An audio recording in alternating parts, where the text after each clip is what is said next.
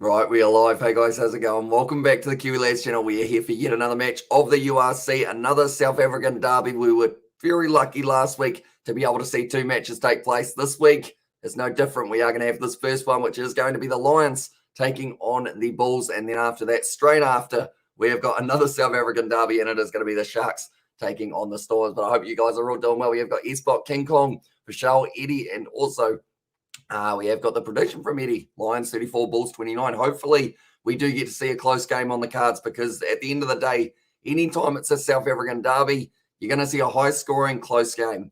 That seems to just be what the trend is. I mean, you look at the scores from last week, they were huge for those ones. 47 points to 37 was one of the matches. The other match did end up going right down to the wire, and it was the Stormers who were able to get themselves a win. Hello, says King Kong, and also, hey, in the chat from Amish Pizza, welcome into the live stream. I hope you are doing well. Hey, the Kiwi Lads, looking forward to the Rumble, says Robert. Oh, yeah, that's on today, isn't it? I don't even know if I'm still going to be awake at that point in time. We'll have to wait and see. What time is the actual match taking place, Robert? Do you know kind of roughly what time that will be? Because I may actually end up sleeping. I actually only just woke up now. Believe it or not, I was up till about 6 p.m. because George came round and we did end up having pretty much a full day of editing and whatnot. But looking through quickly at the starting lineup that they have decided to go with here for the Lions. One moment, we will bring it up on the screen for you, lovely ladies and gentlemen. One moment, boom, boom, boom, boom, boom. There it is. That is the starting lineup that the Lions have decided to go with for this one. So they've got Setoli, PJ Bota, and Carlos Saidi as their front row. Ruben Schulman is going to be slotting in number 4. William Alberts at number 5. He's a big man, and he is going to be hard to put down. And also very capable in the lineouts, which is one of the most important parts of the game of the Lions. They need to make sure that they try and keep that ball out of the hands of the Bulls, because or else then they just start attacking the Bulls, and it is a very hard side to stop once they get going. Jakob Kriel going to be slotting in that blindside flanker. Emmanuel Tachuka, it's been very good. We haven't seen his brother Vincent for a little while, but Tachuka still very capable player. Coming off the bench in the last match, having an impact straight away. Frankie Horn, he will be slotting in at number 8. Andre Warner at 9. Fred Zillinger at 10. Then Rabs Max 1. Burger Orendale. It is going to be Similani, Edward van der Merwe, and also E.W. Viljoen, who will be slotting in at fullback. So that is the starting lineup for the Lions. 3 p.m. your time as well. And I'm a King Kong fan there as well. I did assume by the name that it possibly would be the case. And also we have got the Sebastian was too cocky. Bath 1 as well, says Amy Spencer. And there I did see that. And I did remember what I mentioned right at the start of one of those other ones. How I felt like this game could be close. And in the end, it actually ended up being very close. And Bath were able to win at 21 points to 17 there as well. But currently now we will go like this and we will go like this. This is the starting lineup that the Bulls have decided to go with. So they have got Mutton Zema in the front row, Johan Groela slotting in at 2, and then number 3, Jacques Van Rooyen. So a very good front row for the Bulls, very capable at scrum time, and that is probably the game side of it that the Bulls will want to be trying to hang on to the ball for as long as physically possible. Just kind of slot in there, keep on ticking along nicely, see whether or not you can make an impact and get yourself a few penalties. Volt Stenkamp slotting in at 4, Roan Nokia at 5, Marcel Kutzer, Arnold Bota, Heinrich Lowe, Imbros Papier. He will be at 9 for this game. Mornay Stain, the veteran. I mean, who else can you have at number 10 other than Mornay Stain? Probably Chris Smith. He is actually another player for the Bulls that they could have gone with. And also Johan Hussen, I believe, but he is injured currently as we speak, if I'm not wrong. Madosh Dumbwe, though, he is certainly not injured. He will be an important factor in that back line. Harold Foster, Lionel Mapo, Kanan Moody, out on the wing once again on that right wing side. And Kurt Lee Arenza will be slotting in at the fullback jersey as well. Another which could be an interesting game. But I'm going for the Bulls by literally 7 points as well. And then everyone down to me, I see Park for win as well. He's I mean, you have said a lot of things in the past that haven't been true. So I feel like it's very easy for them to doubt you. You probably understand that side of it, though, in that regard. But looking through at the benches as well while we are at it. And there are a few names that I am not hugely familiar with off the benches. So hopefully I will be able to get the pronunciations not a mile off. Mornay Brandon, he will be slotting in at 16. Then it is Morgan Noide. Hopefully that's not too far off. Rohan Dreyer, Rohan Vermaak. Also, Rohan, it will be Strauli, will be there for the number 20 replacement. Sangweni, also Morne van den Berg. So I believe they've actually gone with an extra forward off the bench for the Lions. So they do know that this is going to be a physical game up against the Vodacom Bulls. Tian Swanepoel, he will be at 23. Bismarck Duplessis, I mean, I was talking about the age and the experience of Mornay Stain. Bismarck Duplessis, he's got his own kind of category, I guess you could say. It's not quite the Morno Stain one, but it's the next one down, and it is certainly a lot of it. Then it is going to be Unkelboka, Robert Hunt as well, Janko Swanepoel, Malaez, Zach Berger, Chris Smith, and then David Creel will be coming off the bench later on in this game as well. And also we have got there just a professional tipper, and the Warriors won also, or the Waratahs won also as well. And there says Hamish Spencer, I haven't actually seen the score in that preseason one because they didn't decide to show it on New Zealand television, which was a little bit of a shame because would have loved to be able to see that game. Hello as well. Says Lions, welcome into the live stream, mate. Hope you are doing well on Lions. 34-15 is Robert's prediction for this game. So that's the thing. The Lions are actually sitting pretty decently out of the South African sides at the moment for the URC. It's a tough competition. Once you're down the bottom, it's very hard to keep on building your way up, definitely when you are having South African derbies. So as soon as these two South African sides get out of that derby kind of stage, they are going to have to make sure that they put their foot down, keep on driving throughout it, and Lekker Rugby as well in there. And also, hey, mate, in the chat from Johan, hope you're doing well, mate. And hello, Hamish, hope you're well. I am indeed. Did end up only recently waking up, which was probably, I mean, it's an interesting situation to only be waking up when it is 1 a.m. or somewhere around there. And Ashley Barty won the tennis as well. Says Robert, I think that one was relatively expected, wasn't it? She was quite up there in terms of the favourites wise. But the Bulls are currently sitting second last. The Dragons are above them. And that is going to be Zebra actually in last place at the moment, sitting on 1. The Lions on 13th. Stormers on 12th. And then the Sharks in 10th. Which is New South Wales Rugby TV. It was on Clutch Rugby. As Al says, Hamish Spencer, yeah, see, we don't probably get too many of those options. Like, I look on Sky. If it's not on Sky, I look on Spark Sport. If it's not on Spark Sport, then more than likely they wouldn't be showing it here. Unfortunately, but the score was like 24-12, or sorry, 24-14 as well. And who do you think will win, says the Lions? I mean, that's the thing. The Lions at home, we saw it last week. They had a good contest with the Sharks, and the Bulls have not quite been able to find their foot in the URC as of yet. So I feel like if anyone is going to be able to upset the Bulls here, could be the Lions. But the Bulls, I assume that soon we're going to see a big performance from them. And this one could be it with Morné Steyn starting at number 10. Also, Embrace Papia, I'm looking forward to seeing that combo of Papia and Steyn get to really combine. So I will say the Bulls by 5 or the Lions by 8. Those are my two predictions. I'm going to have to write them down or else I will completely forget them. So Bulls by 5 or Lions by 8. There we go. We'll see how it goes. They must fire Jake White as well. He didn't do well with them in the URC apart from the Curry Cup. It's on there. Tell you what, my voice sounds like it's already going to be going away. Can't even watch URC in Australia. It's rigged as well. You sure it's just not licensed? Or maybe they just haven't got the broadcasting rights, perhaps.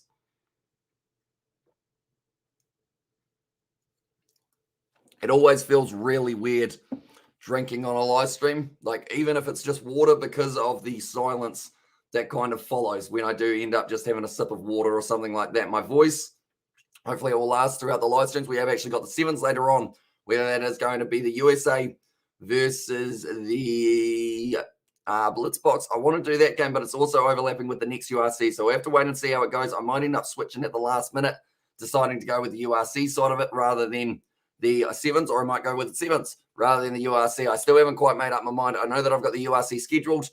We'll have to wait and see. We have got the in the chat from Crazy NZAO as well. Welcome into the live stream, mate. Hope you are doing well. Okay, no, Lions by 5. Bulls get to life as well. And it says, yeah, and also I don't want to pay the ridiculous amount. They are asking URC TV. Yeah, it is a large amount, isn't it? It's like 160 New Zealand dollars for the season pass, or maybe a little bit more than that. What time does 7 start? It actually has already started, or it has actually already started. But the first live stream that we will be ending up doing for that one of the sevens, it will either be at about 4:20 a.m. and that will be the game that has taken place between the USA and the Blitzbox, or we will be doing the game that has taken place definitely at 7:07 a.m. and that is going to be the first quarterfinal. We're doing all of the quarterfinals for the men's department, so that will be from 7:07 a.m. right through to 8:33 a.m. So they are all those, or just do premiership as well. Yeah, that's the thing. Wasps versus Saracens. That's tomorrow night, or is it tonight? It's one of the two. I know that it's one of the two. I can't quite remember which way round it is, though. One moment. This weekend, I think we've got a few good games of the premiership taking place. What we got for Premiership Rugby, Newcastle versus Gloucester is one of the matches, and I think that is the only one they're showing on New Zealand TV. As nice, can't wait to see New Zealand when they finally return next month as well. Yeah, it should be exciting for the seventh side of it to get to see New Zealand get to see Fiji as well. When does it start as well? And this says Lions, we have got 5 minutes till this game is going to be kicking off. So it is not too far away at all. In fact, it's only a couple minutes till they are going to be beginning the coverage. We will look through the lineups once again in a very short moment. They will be straight into the match. But if you are new to the channel, be sure to leave a like and subscribe. The Lions will go on. Titanic Celine Dion.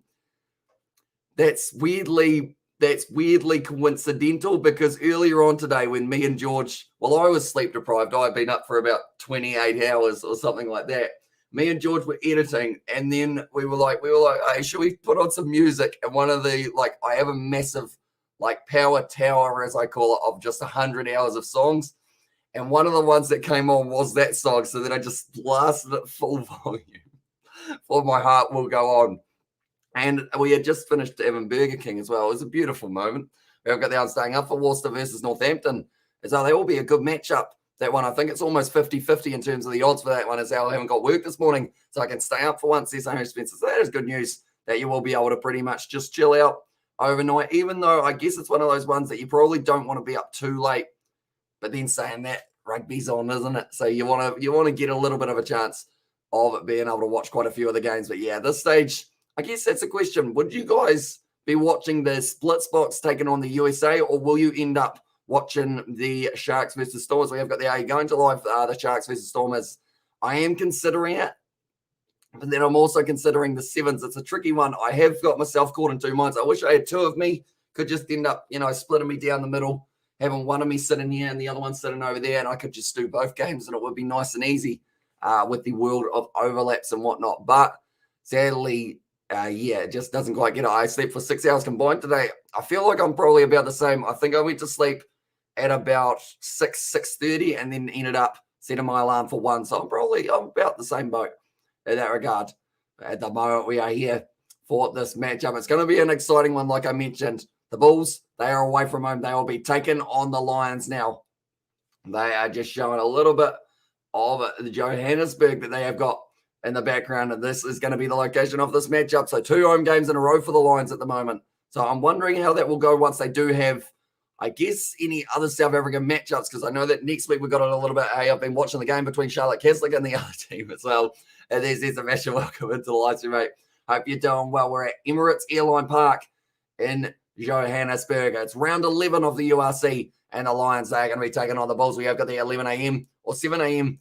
Till 10 a.m. and 4 p.m.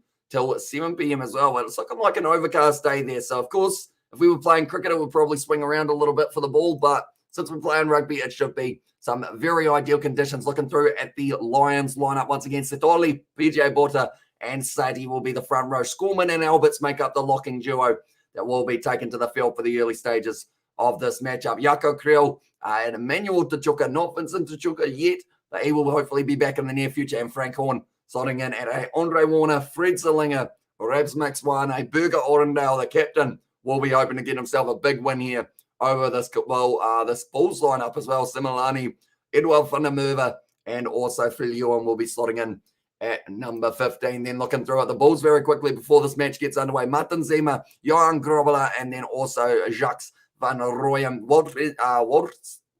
Oh, geez.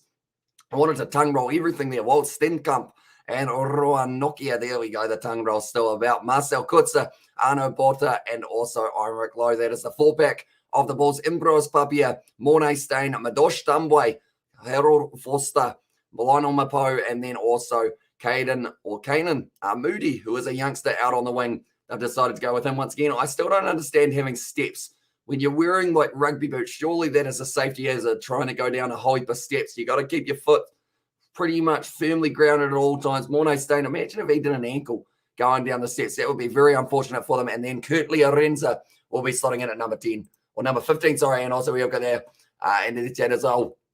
They are the best 10 out of 10. And there as well, says Sebastian. And also we have got there, and we so screwed Lions. That's the thing though. The Lions have got a good side. And I think this game is going to be a lot closer than possibly anticipated, because they are going to be fighting. The answer is B, no as well, says Sebastian there in the chat. But currently, I mean, the game that I'm looking forward to for the Premiership, I think I was looking at any game that involves the Wasps. I've just realised is always my favourite one of the weekend in terms of looking forward to it, because the Munster versus Wasps game was the one I was looking forward to the most in that last week's fixtures. Now this week it's Saracens versus Wasps.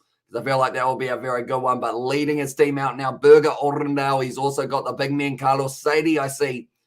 Was that Alberts? Yeah, it was. Geez, he's a big unit. Same with Emmanuel Tachoka. But this Lions side, if they muscle up early, they have got a good bit of capability. 21-14 as well. And then says, hey, Spencer, what was the score? 21-14. Which game was 21-14? I know that Harlequins Bath was 21-17. So I don't think it's that one that you are talking about. Whose game are you talking about, Sebastian? Oh, sorry, Spencer, do let me know. But currently, Burger Orendale is going to be leading his side out, like I mentioned. And also, where is Elton Yankees? I think he's actually in France at the moment on a transfer. And anyone who hasn't already, be sure to check out that Rugby 22 video that I did do, because I was playing as these sides and I was learning that unfortunately they're missing all of the Springboks out of those lineups by the looks of it. We didn't have Mornay Stain for the Bulls this game. He's going to be starting at 10, which is very exciting, but it is going to be this hard name, Rasta. I can't say his first name, but I can't quite say the second one. And scrums are going to be very interesting. Exactly right. 21-17, same thing, 3-point difference as well. And there says Amish Spencer. I mean, close overall. And also, I don't usually do this, but there were too many absences. Marla Smith, March, and Don Brandt Liner. As I mean, a non-Quins fan wouldn't have heard of any of the last night's lads as well. And this is Sebastian said, I didn't actually get a chance to watch the game live because George came around extremely early in the morning, which was good until I realized that I didn't actually remember to sleep for that one. But it's going to be kicked off, and we are underway for round 11 of the URC Big Arnold Water. It's going to be getting the first carry of the match. Embros Papia fires it back now. I'm looking through the back line, seeing who we got. Instead, it's going to be Big Iron Rick Lowe. He's breaking beautifully. Madosh Dumbway on the inside. He wasn't quite able to find the offload to him, though. Papia now goes back to the experienced veteran Stain. He tackled hard there. That looked a little bit too high, though, from the Lions number 4, which for this one, it is Ruben Schulman. Just got it a little bit wrong, and Lionel was playing, mate. And also, we got put him on the bench, and Elton's injured as well, underwent operation in South Africa. Oh, so what operation was it, if you don't mind me asking? I don't know why I said if you don't mind me asking, because I feel like I sounded like you were the one with the surgery. But yeah, hopefully he is going to be all right for is he going to be back for the Rugby Championship, or will he be missing there? Hello, Hamish. Hello, everyone as well. Let's go the Bulls. And the Karen, the Christmas, the Billy, the George, the Hamish as well, says David the Mole. Welcome in. And also, we were like 2 minutes in the game as well, says Lion. But currently we are sitting 1 minute and 8. For me, we are a little bit behind shoulder, or shoulder's always an ugly one. Was it his front shoulder, back shoulder? Was it left or right, Brian, for that one? Because that's the thing, as a kicker, you would think, like, people straight away, they go, oh, if he's a goal kicker, he doesn't need his shoulder. But there's still, you're still putting that arm up. You're still causing a lot of strain on that if you do end up swinging through the ball. Mornay Stain just puts it straight down the middle. Mornay Stain, how much experience does this man have? Chris Smith still gives him a round of applause. And that's the thing. You don't get many players better than Mornay Stain as kind of like I guess you could say, a role model at your club to be able to have, because Chris Smith, he's going to be learning so much. He still had Alan Liner Green, Estes, and Hugh Jones, and Danny Gear as well. And also, I watched the game. Very untidy game by the Quins anyway, but I will have to blame it on everyone with some international experience missing. Of course, Six Nations just around the corner. I keep on forgetting, but then I keep on remembering, and then I keep on forgetting again. And also, and as well says Lion, currently it is Embros Papia inside of the 22, putting this ball high. And it does find the touchline there. It still looks very weird seeing so many red seats in the background that are all empty. Hopefully we do get to see a little bit more of a crowd starting to build for the South African sides in the near future, but it's very hard to tell. We've only got, I think, maybe like 100 or so on the near side this current point, and also we have got the other as well. And there I'll find out about Elton as well, says Brian. I do appreciate it a lot, because yeah, I try and keep up with the injuries, but I do find it hard to find articles here in New Zealand about certain injuries, depending on whereabouts it is in the world type thing. And Ash Barty won Australian Open as well, says Shannon. That's going to be a little knock on.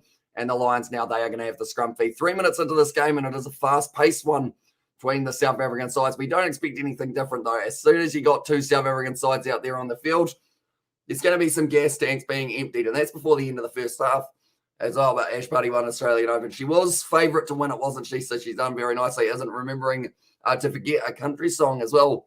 Remembering to forget. Not sure. Don't know whether or not. Maybe if I heard it, I would know it, but I'm not too sure about that one. Hello, Amish Brazil. Welcome into the live stream, mate. Hope you are doing well. as our liner was on the bench, but just didn't see anything of him as well. And as we have got there, I just know his loss, this loss will come back and bite us in the when the playoffs line is drawn. And also, how are the Blue Bulls as well? Well, let's go the Blue Bulls. How much money did you put on the maiden?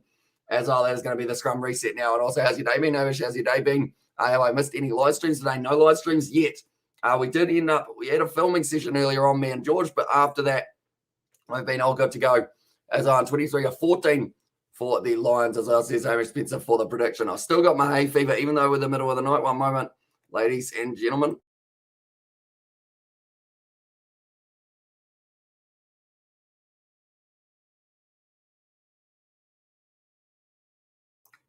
No matter what time of the day it is, as soon as I wake up, I just sneeze 50 times.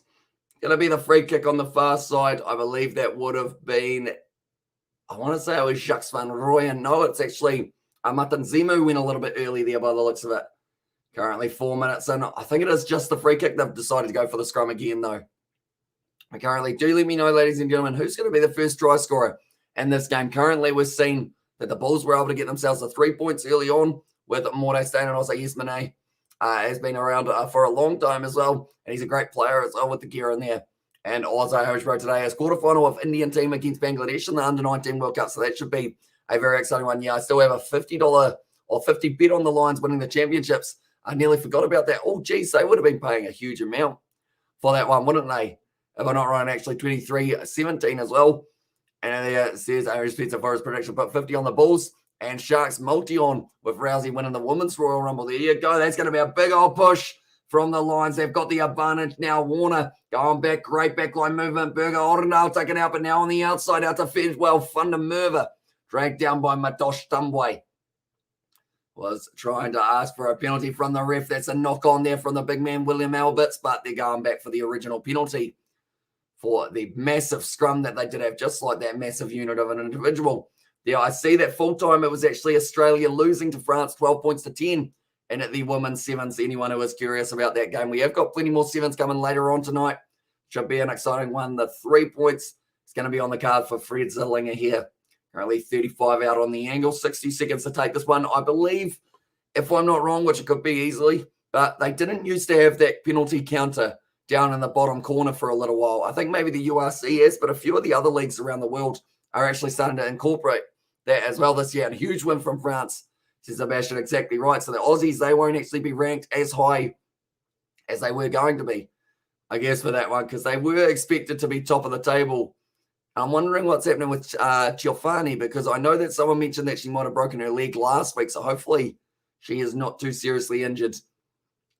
But now Fred Zillinger lines it up, strikes it beautifully, and he's got that one as well. So now it makes the score 3-3 between these two South African sides. It's going to be a close game by the looks of it. Let's say if she goes into the Rumble, do you think she will lose? As well, and yeah, says Aidan Waite. So you can actually bet on people if she does go into the Rumble. So if she doesn't go into the Royal Rumble, do you just get that like lead back or something along those lines? I hope so anyway, because I feel like that's the thing without knowing exactly who's going to be in there. So are you going live for the Rumble, Amish, as well, says Aidan? Unfortunately, I believe depending on the timing of the day, because I know that it's going to be about 3 p.m. I think we got mentioned earlier on. I may be asleep or George might be around. If George is around, maybe we are keen to be able to do some sort of video on it. But if it does end up with it being just a random hour that I probably will be sleeping, then unfortunately I might be missing out on it and I will have to watch it before the end of tonight. WTF is Rumble, the Royal Rumble it is for the WWE side of it.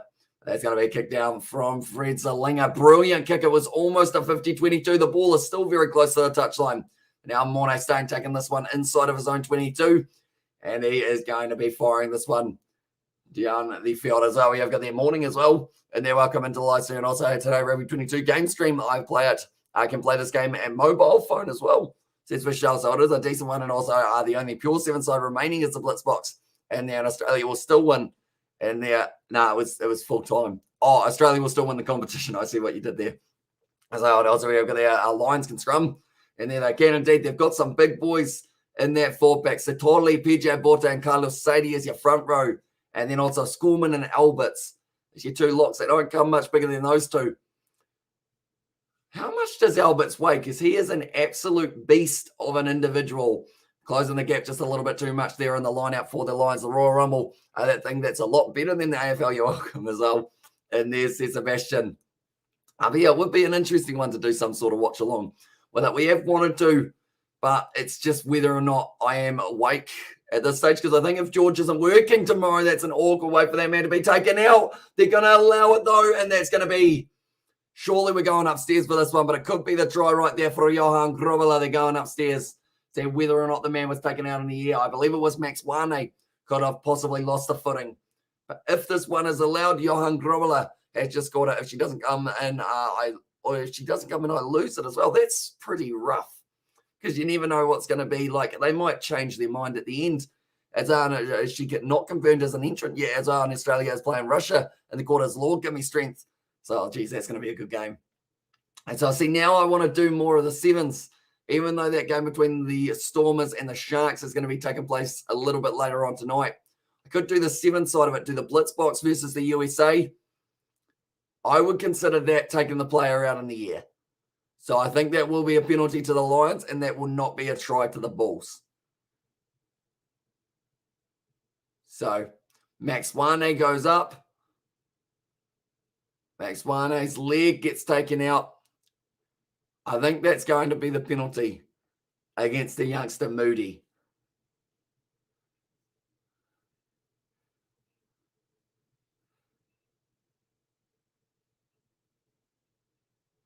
Okay, blue 14 is not in a realistic position as the call, and that means that it's going to be the penalty 3-3 as us as a Lion. So yeah, that's going to be staying that way at this point in time. And also we're there, let's go.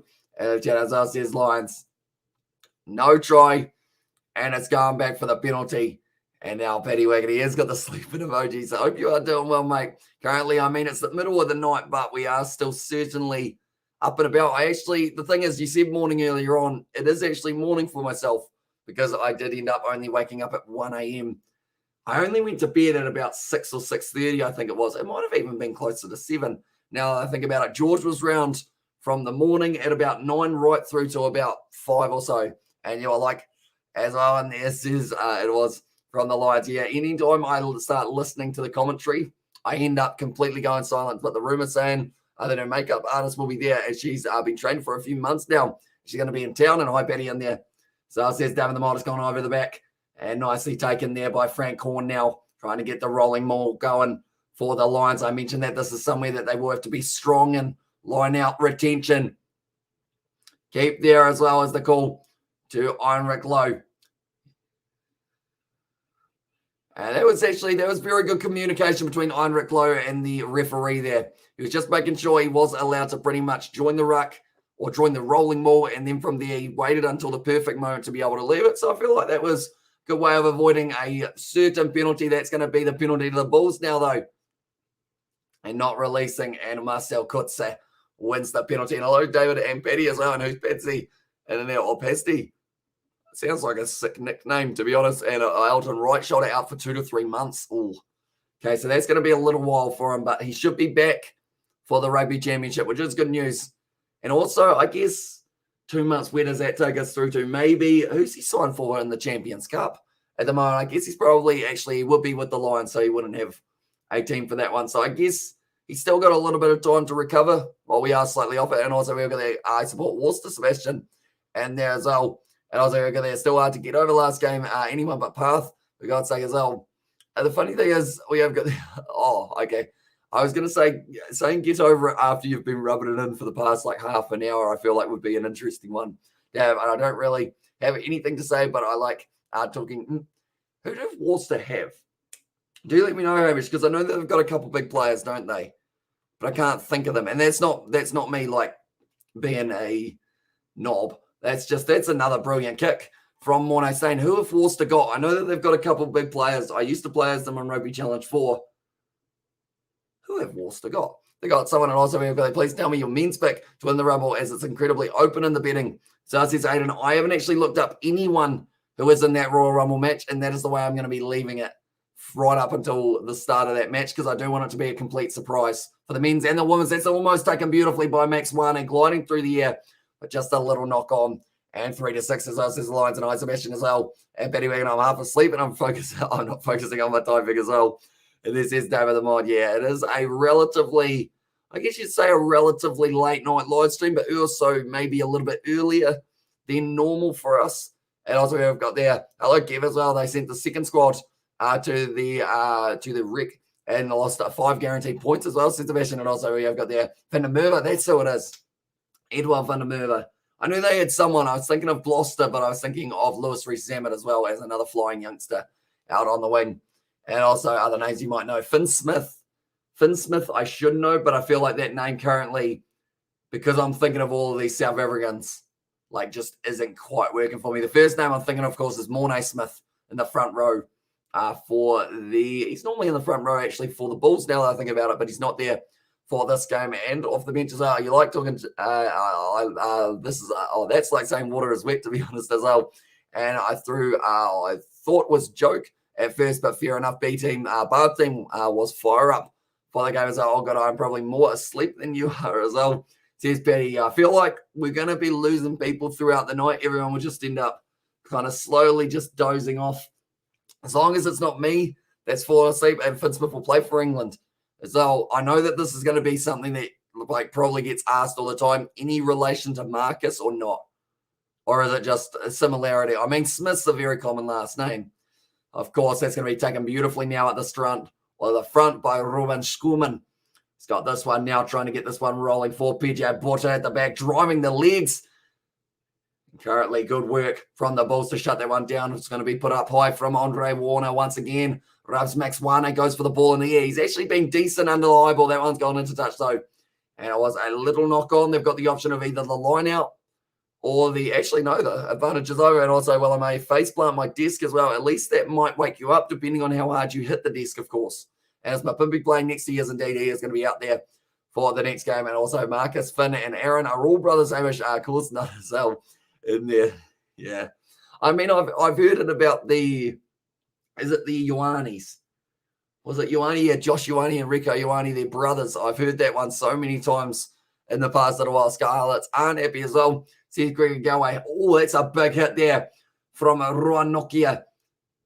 Currently still on the side of the Lions. Who did the Scarlets play in the end? They were up against Ulster, weren't they, if I'm not wrong? And Scarlets fans, what happened in that game, Gregor? I know that it was a close one. I think I saw the last time for the score side of it, it was about 25 minutes in and it was 3-3, but that was the last time I saw anything to do with that scoreline. And us Ulster as well. And that is going to be passed out the back line. Oh, his foot was in touch, though. They're going back for the penalty in favour of the Lions as Ruan Pena playing for the Sharks. Now, as I saw, there's no Mapimpi in Rugby 22. I do see, Ruan Pena, neck roll there. It's actually going to be the penalty reversed and going in favour of the Bulls. But at this stage, Ruan Pena, he is not going to be in the Sharks lineup that I know of. I'm just going to quickly, I haven't actually got it up there. One moment. We will go here. We will go here.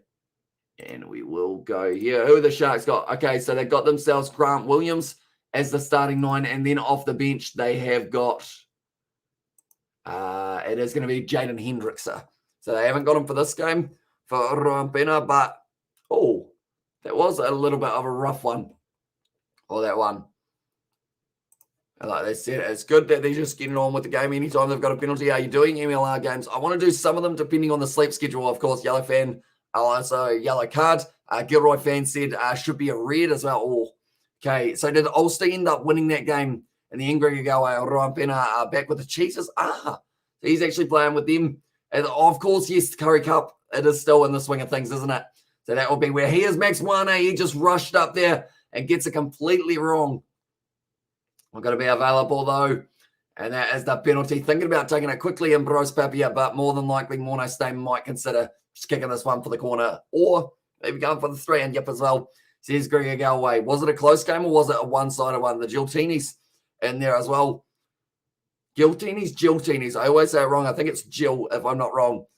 And that one, and Nick Kyrgios and Kokanakas won, or Kokanakas. I feel like I say that slightly right, but also slightly wrong. I won the men's doubles final as well. I've done like 6 big yawns, about 5 to 10 minutes as well. I have seen you early live stream for Rugby 22. You're getting better at rugby now, says Kevin. Yeah, I think it is more of the practice side of it, because that's the thing. I never played rugby 22, so I had no idea about kind of the mechanics. But as soon as I play it a little bit more, I feel like the next time I play Rugby Challenge 4, I'm going to be a bit rusty for that one. It's going to be a good rolling maul here for the Bulls. They go over, and it is going to be the try scored by that man who almost had one just a little bit ago, but this time he's got a Johan Grobbelaar. His headgear almost came off.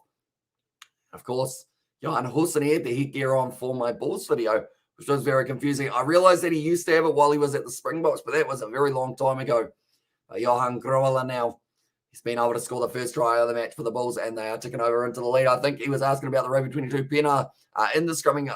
Is the starting scrummer for the Sharks? Was there anyone with no picture in the lineups presentation? Yes, he is the starting number 9. They've got Nohamba off the bench. I assume that's the thing. I don't actually know who else is in the squad because they've got all of the lineups all muddled. Like, hopefully we get to see, that's the thing. Cheselin Colby, does he count as a Springbok or does he count as being able to play for Toulouse or Toulon? Because he didn't play in the most recent one, but they still got the old squads, I think. So it's a tricky one. Another Lions have got nothing on the Bulls, as I says, Aiden. I just said as well twice, didn't I? Straight over from Mornay Stain, and he does make the score. 13 points to the Bulls and 3 to the Lions. Well, mostly made up of Aussies as well. And wake me up at, when it's 8 a.m. as well, says Betty Wagon. I can do that. I mean, it will be difficult, but I can just spam you on Discord till you wake up, I guess. Although you got Do Not Disturb on, I think. So that'll make it a little bit tricky. And Cheselin is on the cover of the game, Amish, as well. Oh, that is true. That is true. You think you're up there for thinking, down there for dancing. So does that mean who else? Eben Etzebeth, is he going to be in the game, or does he count as he probably counts as a Springbok, to be fair, and as a Toulon player? Yeah, I guess that was one of their selling points, wasn't it? Because it was him, Dupont, and also Will Skelton, wasn't it? For the big La Rochelle man. They're actually a side I would like to play as them, see how Ehire West and also Kurbalo look. And Irish Road Northern Districts glitched the title smash. Mitchell Satner, good performance in the final 90 off 53 Bulls super innings play. So, okay, now you can. And there says Patty Wake up. So I'm just spamming you at 8 a.m. to just wake up. Do you want spammed like messages or spam calls, Patty? Or you just set an alarm on your phone might be the easier way. I've done well, mostly made up of Aussies as well in there. Going to be now thrown in for the Lions, currently driving their way forward once again. The URC, these are all going to be those South African derbies. Like I was mentioning, it is going to be Sitoli carrying himself forward, going to be dragged down nicely. Still available here for the Lions, though. Throwing himself at the like Kirtley Bewers as well. And there says Irish and also, so next weekend, 5th of February, start of the Six Nations Irish. It is indeed. Should be an exciting game as well. Arnold Porter, the big man, getting over that ball and winning the penalty is in the game. Oh, yeah, because Racing 92, isn't it? That was like the most northern I've sounded. Racing 92, isn't it? As well. But yeah, pretty much that is going to be a good game. Racing 92 versus maybe, who have they got? They've actually got to lose this weekend. And I'm not saying they've got to lose. They've got to lose as the team that they're playing. As on alarms don't work for me and just at me as well. And there says Patty Wagon, right. I will try my best. Tell you what, I'm going to have to set an alarm to remind myself to set you an alarm. So I'll just have a random alarm at 8 a.m. and I'll be like, what's that going off for? And then I'll be like, oh, yeah, that's right. I have to try and wake someone up. I just go, hey. You know, it would, I mean, a forfeit would make you wake up a lot quicker. I'd just be like, every minute you don't wake up, you're going to, what? Well, it's going to be that, I don't know. I didn't think this through. I was going to say, but every minute that you don't wake up or every 5 minutes you don't wake up could be some sort of forfeit so that you have to wake yourself up as quickly as possible. What's on at 8 a.m. anyway? I've just realised I didn't actually ask that. Ryan Nokia now driving closer to the line, only a metre out. Oh, that was almost a knock on. Could it be Johan Grobbelaar once again scoring? It is. And that's going to be another one, but I think they've got to check this one. I think there might have been a knock on available. Or a knock on the ground, perhaps. I could have stopped this one from going through. They're claiming the try, though. They're saying that one was a very nice one for the Bulls. What I am quickly going to be doing, I'm all of a sudden, I've got just this overwhelming urge to do the sevens. You know? And I feel like I'm going to do the sevens game between the Blitzboks And also, they will be taking on, who are the Blitzboks playing? They are playing the USA, and also be able to do some women's quarterfinals action as well. However, this last breakdown, they're just going to be going upstairs and make it 9:30 a.m. 9:30, that's changed again. I don't even know if I'll be up at 9:30. Well, everyone, how's the women's ashes going so far? I believe we've had quite a bit of rain on the cards recently, unfortunately, and Beale must be in the game out of the top 14, and the Wallabies are licensed, so there can't be any problems here. Although the Wallabies, they're licensed, but they're almost not, if that makes sense. Like, they haven't spent any time with the face scans of the Wallabies players. I don't know whether or not that is going to be coming later, because I was looking at the Wallabies, and they're just not the Wallabies. Like I mentioned in that first video that I did, it's pretty much like they've got the Cadbury logo, and that's it. Okay. Okay, clear knock on. It's going. I don't think you will wake me up as well.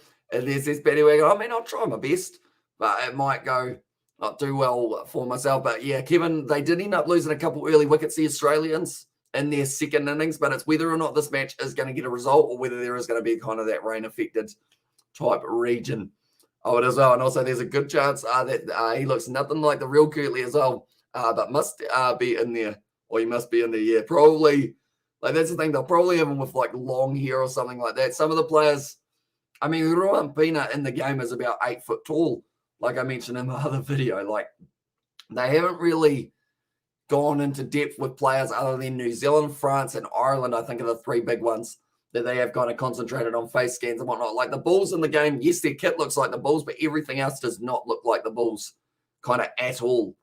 Hopefully they do improve it in the near future. It can't be too tricky, I'd like to think. You know, it's an interesting one for themselves, but now it is going to be handling errors 2 apiece for these two sides currently. Feeding the ball, and once again, they have been told to use it here for the Lions, only 5 meters out from their line, and Fred Zelinger kicks it for the touchline. It's a big kick as well. Oh, it's almost gone someone on the head, but it will be fine to touch from Zelinger. Currently, I would say if we end up seeing another 2 or 3 tries in this match, that's probably the stock standard amount for a South African derby. We always see maybe about 4 or 5 tries minimum in these games. But Johan Grobler, he probably wants to get himself 1 or 2 more. Having Matan Zema go over, whispering is here what set play they are going to be going for here, and they might be trying to find that big man of Vorstenkamp. Goes to the front, taken nicely, and now they're rolling more. It was going to be beginning, but it's actually all fallen over. Marcel Kutzer now currently inside of the 22. Ambrose Papia gives it off. Now it's ripped away. Great turnover from Frank Horn. And now it's a counter-attack. Fred Zelinger gives it off to Max Wane. Dragged down 22 meters out. And that was Curtly Arenza. So they haven't actually got their man. Would be at fullback. Zelinger trying to find some space. It's going to be bouncing right up into the hands of Madosh Tambay. And now this is where you don't want to see this man, because the counter-attack from him is always lethal. Going through the gap, Madosh Tambay. 14 meters out from the line now for the Lions once again, firing it back. Chris Smith goes across. Lionel Mapone now with a couple steps as well. In fact, that was Curtly Arenza. Matan Zema passing the ball back nicely. Little chip and chase here for them, going for the corner. Seen the space. Madosh Tambay just can't quite get to it in time before it rolls into touch. Take care, Betty, as well. Right, I'm off to bed before I do face plant as well. So we'll see you later on, mate. And hopefully I will be able to wake you up around that time. Have fun, everyone. Have a good rest of the morning, day, night, and evening as well. Yeah, hopefully, same to you. Hopefully, you get a good sleep for yourself. And the best rugby game, play Rugby 08 on the Rugby PlayStation 2. Yeah, it's a very fun one indeed. And also just finished recording 4 videos. What were they on, Xavier? Or do you want to keep them a secret? Do let me know. That's the thing. I've been filming quite a few videos as of late. Like, even the fact that we've uploaded, I believe we've uploaded 3 videos in the last day or so. But then also, we've got a couple other ones that we did film. Me and George did a filming session earlier on today. And also an editing one. So quickly by Madosh Tambay. Now Curtly Arenza running straight at Emmanuel Tachuka.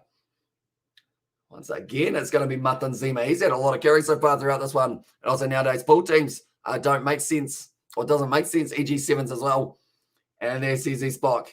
Yeah, I guess it's an interesting one. We've got a few teams slotting in for the likes of Fiji, New Zealand, and all those kind of teams. But hopefully we do get to see them join back up for the Singapore Sevens that are coming around in the near future. I think they're only about a month or two away. And currently now, they'll be rolling the ball back once again. Frank Horn. We're about to see. He's doing the breakdown. No, he hasn't. He's got his hands on the sips. And kicked it into touch. Do they take it quickly? The Bulls want to play this game at a fast tempo, I've noticed. And that purely is because they feel like they might be able to wear down the Lions. It's going to be kicked down the field. Not quite. Charged down nicely. Madosh Dumbway, I believe it was Berger Orendale who's getting in the way of that one. Currently going back now. Mornay Stain puts that ball extremely high, extremely short as well. It's gone about 2 meters. Bouncing back on the side of the Lions. And now it will be Similani, one of his first carries of this matchup. Johan Grovela. Oh, I think he's just done a shoulder, is he? No, he's all right. He's just dragging his arm along like it's nothing. Lionel Mapo taking that one and now passing it back to Mornay Stain, who does kick it for the touchline. This game doesn't seem to have many breathing spaces as well. Waimaka Hooper is my goat of rugby as well too. Part one of what I want in a rugby video game. 3, my Dream Rugby Australia Club set. Rugby setup as well. And why the G'day Laws should be scrapped as well.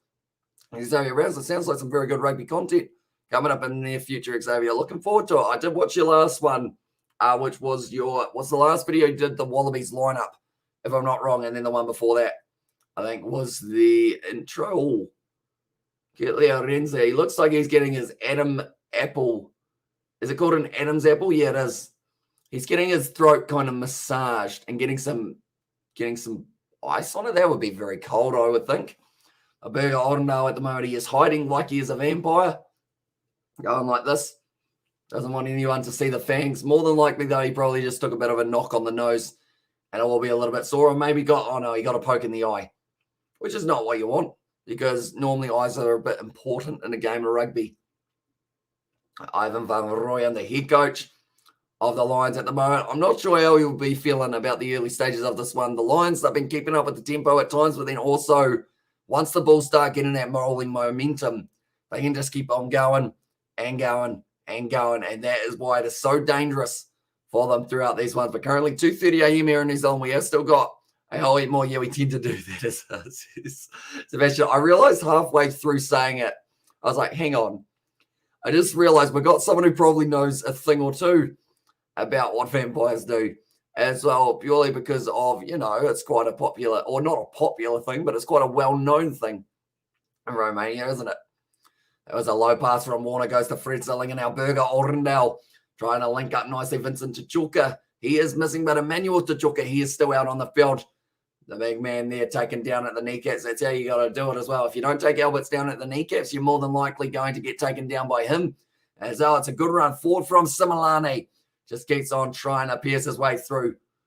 Currently 40 meters out. Zalinga goes across. Carlos Sadie, first carry for him, rolling himself forward. Almost stolen there by the Bulls. No, not quite taken away. That's a terrible pass from Warner once again. It's actually only going to the kneecaps, but it's good reaction from Fred Zalinga. Now Frank Horn down the wing. He is in touch, and it will be the line out. And also, Harris, I think, uploading 2 videos in the same day. It's bad, isn't it, as well? This is Xavier. It probably is overall. Did you see the TARS one as well? Says Xavier Brown. Which one was the TARS one? I will quickly have a look. One moment. We will go here. And we will go here as well. One moment. TARS one. What we got? The TARS one? Which one's the TARS one? Oh, TARS versus Brumbies. No, I haven't actually seen that one yet, unfortunately. So, because they didn't actually show it in New Zealand, but I saw that the Waratahs won, didn't they? And we're not wrong. This is going to be a great backline movement. Madosh Dumbway stepping on the inside. Take it down, though, nicely by the Lions. Only a few meters out from the Lions. It's Arnold Porter. Similani once again having to make that tackle. Marcel Kutzak close to the line. Dragged down by the Lions. This is going to be desperate defense from them, but it's thrown forward by Max. Oh, sorry, it was actually Martin Zima who lost that ball only a meter out from the line. And well done so far, Bulls, as well, says Tiffany. And that one could have been a massive one for Martin Zima if he had put it down. But sadly, just losing the control of the ball at the very last moment on the line.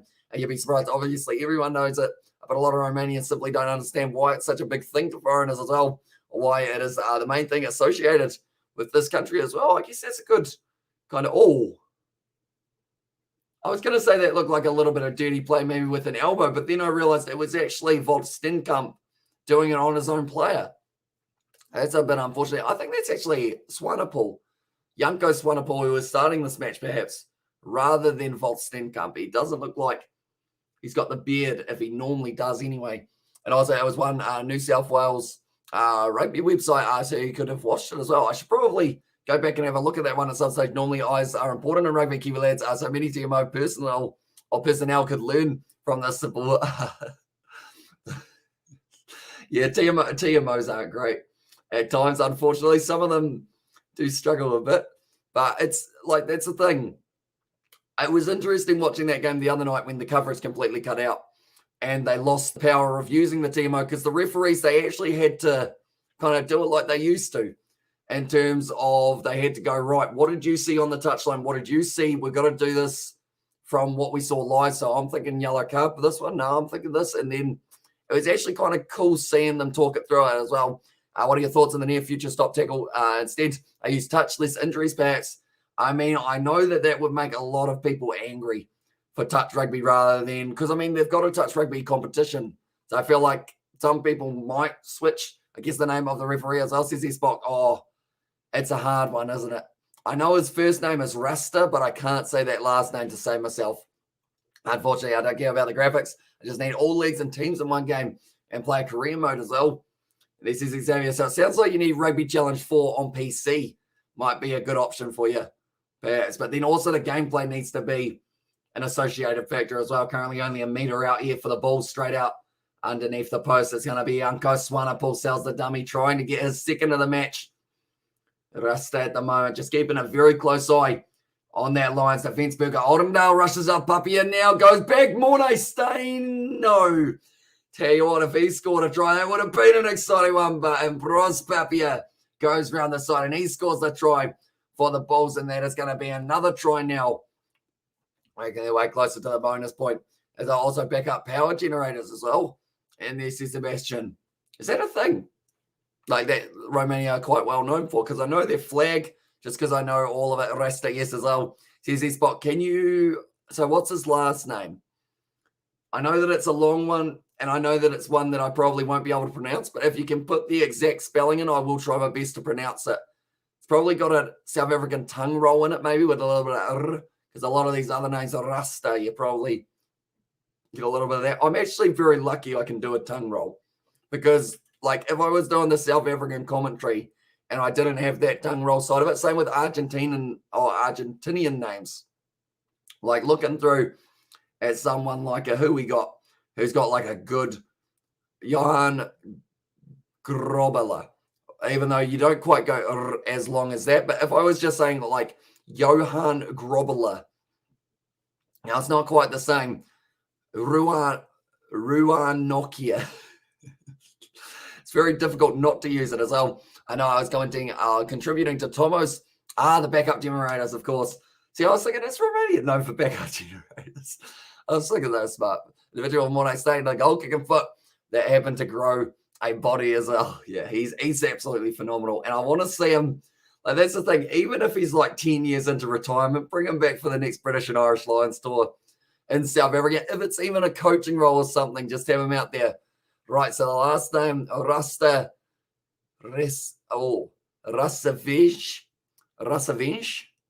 something like that, Rasavich. Probably not though. As well, and also it's already it's over already while the Lions aren't coming back. As well says Aiden. I mean, you will be open. So at the moment, the win predictor 12% for the Lions, 85% for the Bulls, and 3% for a draw. We did actually see a draw in the Gallagher Premiership very recently. I don't have a PC. I have an average laptop as well. Says Xavier. Yes, I guess that does make it a little bit tough in terms of if you do want the actual kits. My arms are a bit sore from actually doing cricket yesterday. I just realized trying to reach round, like my limbs are hurting. It's going out down the field there. It was actually Johan Grobela. He's been everywhere at the moment, making tackles, doing grubbers, scoring tries, and having fun while doing it. Still inside of their own half here. It's going to be now Jaco Kriel running straight sideways. It's going to be a good tackle from Matanzama. He's actually doing very nicely so far.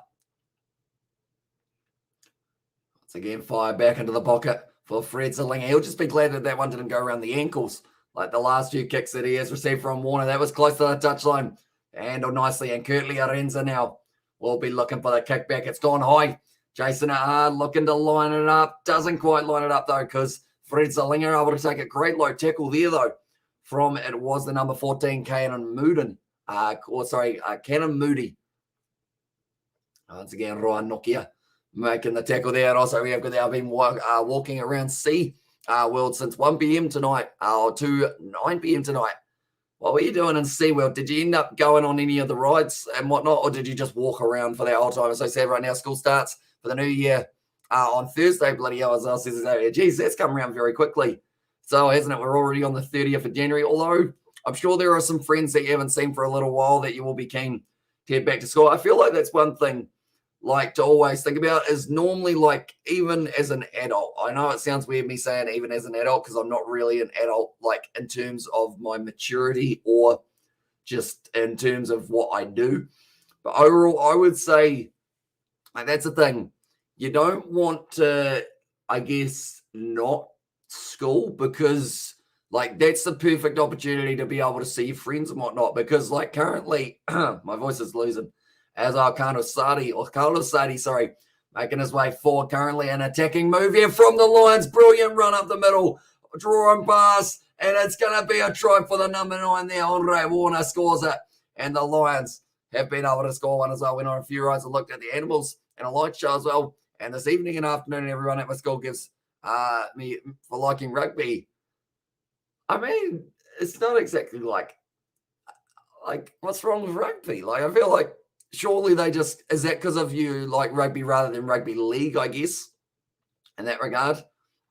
But yeah, pretty much like currently I saw George today and we were talking about it as well. We're like, as slightly older, not grown-ups, but just slightly older, it's a lot harder to be able to just hang out with your friends. So school's a good opportunity, you know, you're all there for extended periods of time. Yes, you got to do some work as well, but it's almost like an office job just a little bit earlier on in your life as rugby is not popular in Victoria as well. Who likes WWE more than rugby?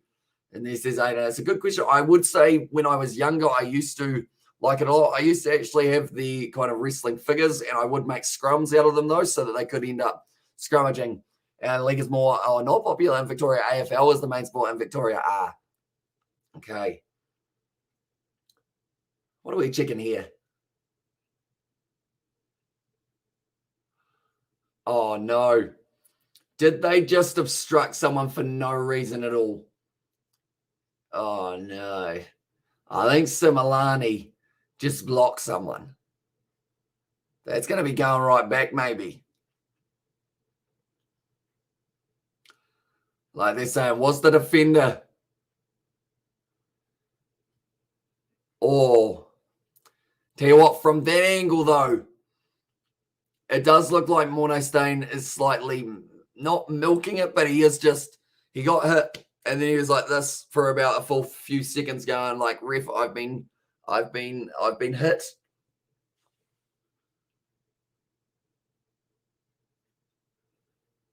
I don't know whether or not Morné Steyn would have gotten him anyway. Although the rules are if you're in front and you're in the way, that is normally a thing that goes out of your favor straight away.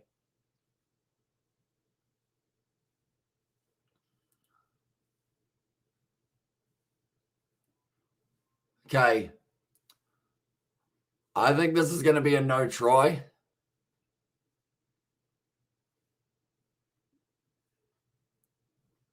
Always in front of the ball carrier. Creates the gap. So that is going to be overturned to a no try. We have got there. I have to travel 45 minutes to rugby training. All my mates that like rugby live ages away as well. Says Xavier Brown and also Sammy, I like wrestling more than rugby till the age of 14 when I matured a bit. I realized that John Cena and Santa are both imposters as well. And there, yeah, that's going to be no try. And he can't believe it there, Similane. But at the end of the day, just don't run in front and block people. Simple as that. And overweight boy in Wales made headlines when he was made fun of for playing rugby. I did see that. that pretty much everyone was just like ripping into him, and I have no idea why. Like at the end of the day, like you got to start somewhere, and people were just like dicks. I think it's about the best way of putting it. 2022, 2021, all the 2000-ishes, like everyone just decides, right, what can we do today to try and make someone else's life worse? You know, I feel like it sounds terrible to say it in that way, but that is literally what is happening overall. Like that's the thing. Everyone's like, you don't just let people do what they're doing. You go, oi, why are you doing that? Don't think Nigel Owens came to the rescue. A class act as always. So yeah, he offered to referee one of his games, didn't he? Which would have been a pretty awesome one. Nigel coming out of retirement. Although is he still refereeing some lower level games, Nigel Owens? Imagine turning up to a Saturday under 12s game and seeing Nigel Owens as your son's referee. Like that would be a very interesting one. See how it does go. That's going to be nicely taken there. They're going back for the penalty, though, in favour of the Bulls. Currently 38 minutes into this one. Lionel Mapo, he is going to be relatively quiet in this first one. Are you good at counter-rucks? Hey, Rugby 22, I play Rugby 20 and I can't win a ruck. Counter-rucks for myself are pretty much the only thing saving my game in terms of position-wise, although I am on semi-pro, so I think that might be why, but pretty much if you commit 2 men early and get the timing right with the push, you can actually steal the ball no matter what. A majority of the time in the breakdown. So that's normally my tactic. I try and get a little bit fancy with it and try and sneak a few cheeky little wins in those breakdowns every once in a while. It doesn't make sense. WWE in the 2000s had blood and freaky and creepy superstars as well, and now they are not scary and no blood compared to no blood as well in there. But that is going to be stolen by the Lions. Only 5 meters out from the line. That is incredibly well done because they have been able to survive for a little bit longer. Currently 20-3 is the scoreline that we are sitting at. 38 minutes into this game, that's going to be the penalty there for the Bulls players flopping over the breakdown, and it is going to be the penalty to the Lions. You have to keep adding lads to the ruck and push the L button at the same time, Xavier. Yeah, as soon as you get kind of the A, you got to make sure that you flick your stick as well, the stick on your console, because that way you are able to kind of get that extra little bit of shunt, whereas without that, you can actually lose the ball relatively easy in those breakdowns. And as soon as you get the timing wise, it's just you got to remember that it's a different button to what it is on Rugby Challenge. In terms of, actually, it's the same button as light bind. So as long as you're not a heavy bind kind of guy, you should be fine there. But currently 8 penalties against the Lions compared to the 3 against the Bulls in the early stages of this one. Not ideal in these circumstances, but now they'll be working their way forward very nicely here for the Lions. Sneakily for the Lions. And one thing we know about Lions is they wait and they wait and they wait and then they pounce, and they've got the advantage now. Is this the time that the Lion might be able to pounce? They want the ball. It's not coming out. And it is going to be the penalty in favour of the Lions. Oh, bit of a siren as well at the ground, but that is signalling that it is almost halftime. And at the side, it's the call for the penalty. Currently, Heinrich Lowe just getting himself in a little bit of the wrong position, coming in through the side. Manuel Tachuka giving a big old clap in the background. It's a good kick from Fred Zerling, a brilliant kick, in fact. And now this is a great opportunity for the Lions to try and get themselves back into this game just before we get to halftime. What was the score in my Rugby 22 game between the Bulls and the Lions? I know that I scored a few tries, but I don't think I scored a huge amount. Was it like 17-12 or something like that? Also, isn't there supposed to be a Rugby World Cup video game coming out? Do you know who's making it? I believe it is Big Ant, who are making it. The same ones who make Cricket 22 and also Rugby League Live 4 are going to be making the rugby game, from what I have heard. But PJ Butter now, at the moment, throwing it to the back. Going to be nicely taken. It's gone straight down, but it was well sacked by the Bulls. Still available at the back now. I'll be going back across Frank Horn. Another low pass. He's actually, not Frank Horn. It was actually Andre Warner. Almost had himself a try. They've got themselves the advantage, and it's going back for the penalty. Once again, 28-7. I was scored to the Bulls in your game. Or 35-7 you won as the Bulls. Also, that's actually a decent score. But I say, I'll take that. Anytime I score more than like one try, it's always very nice for myself. But currently sitting here, Lions 3, to 20. What do they decide to do? I think they are going to be kicking this one for the corner. Like they're saying, the line-out's still not quite working the way that they would like. That one has not gone into touch. He's kicked it into touch now, and that's a mistake. Why'd they go the far side rather than the near side there for that kick? But there's going to be halftime, and now the score is going to be 20 points to the 3. Halftime, would you recommend Rugby 22? Is it worth it? Do you have a console or do you have a PC? And if you've got a PC, I would, because it's only $40 at the moment here in New Zealand on special, down from $50. But if you've got it on console, it's $72, and I don't think I would pay that for this game at the moment. Unfortunately, like there aren't really enough licenses to warrant paying that much for it. At this stage, I was in STD, in Standard 4, 13 years old, or 13 years old. I could only play school's first team because I was big as well. I was the 100-meter athlete then, but tall and big as well. Lots of muscles. Schools were selected on weight. As well, says Spock. So it's an interesting one, isn't it? Kind of how the groups have kind of changed, because I know that in New Zealand there's an under 80 kg competition, if I'm not wrong. You're up 35-0 up, and the Lions scored their only try when the clock was in the red as well. Reason I know that is because I watched it today as well, says Sebastian. So I do appreciate. Well, sport. Have you guys been enjoying the Rugby 22? And would you like to see more of it? I know that we haven't really done too many Rugby Challenge videos recently, but I've got a couple more planned, couple series coming up.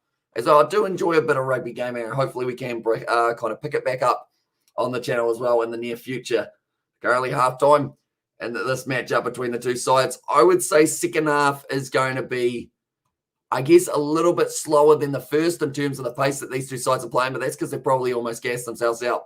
In that first one with the frantic pace, they were trying to keep up with it. It was not going to be easy, but in the end, the Bulls, they are currently sitting with 2 as well. And also we have got there, do you have to purchase a premium subscription on Spark Sport or Sky Sport to watch all these games on live demand? How much dollars the subscription cost as well?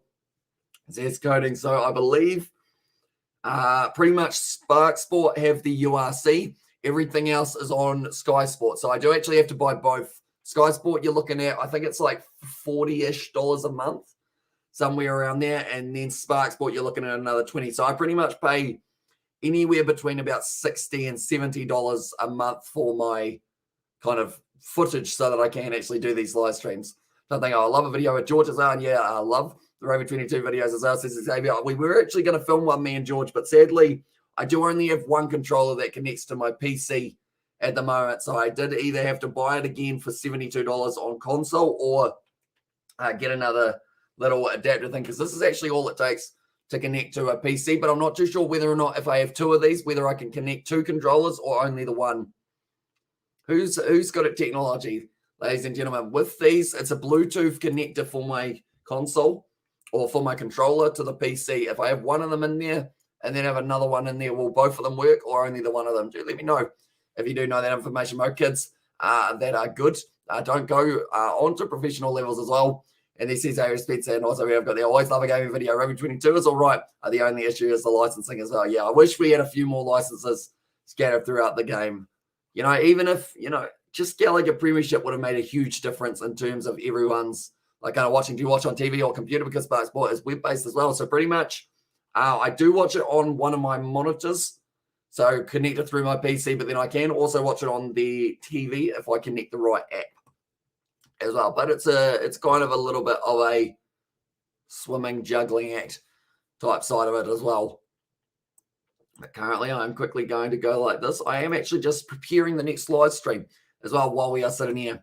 Well, we've got halftime, and that is going to be the Blitzbox taking on the USA. I've decided that is the game that I am going to be doing. I want to watch that one and see how it goes. I didn't get to see Spain earlier on, so this feels like the perfect opportunity to be able to watch along with one of those games as well. And then we'll also be able to do a few of the quarterfinals of the women's rugby.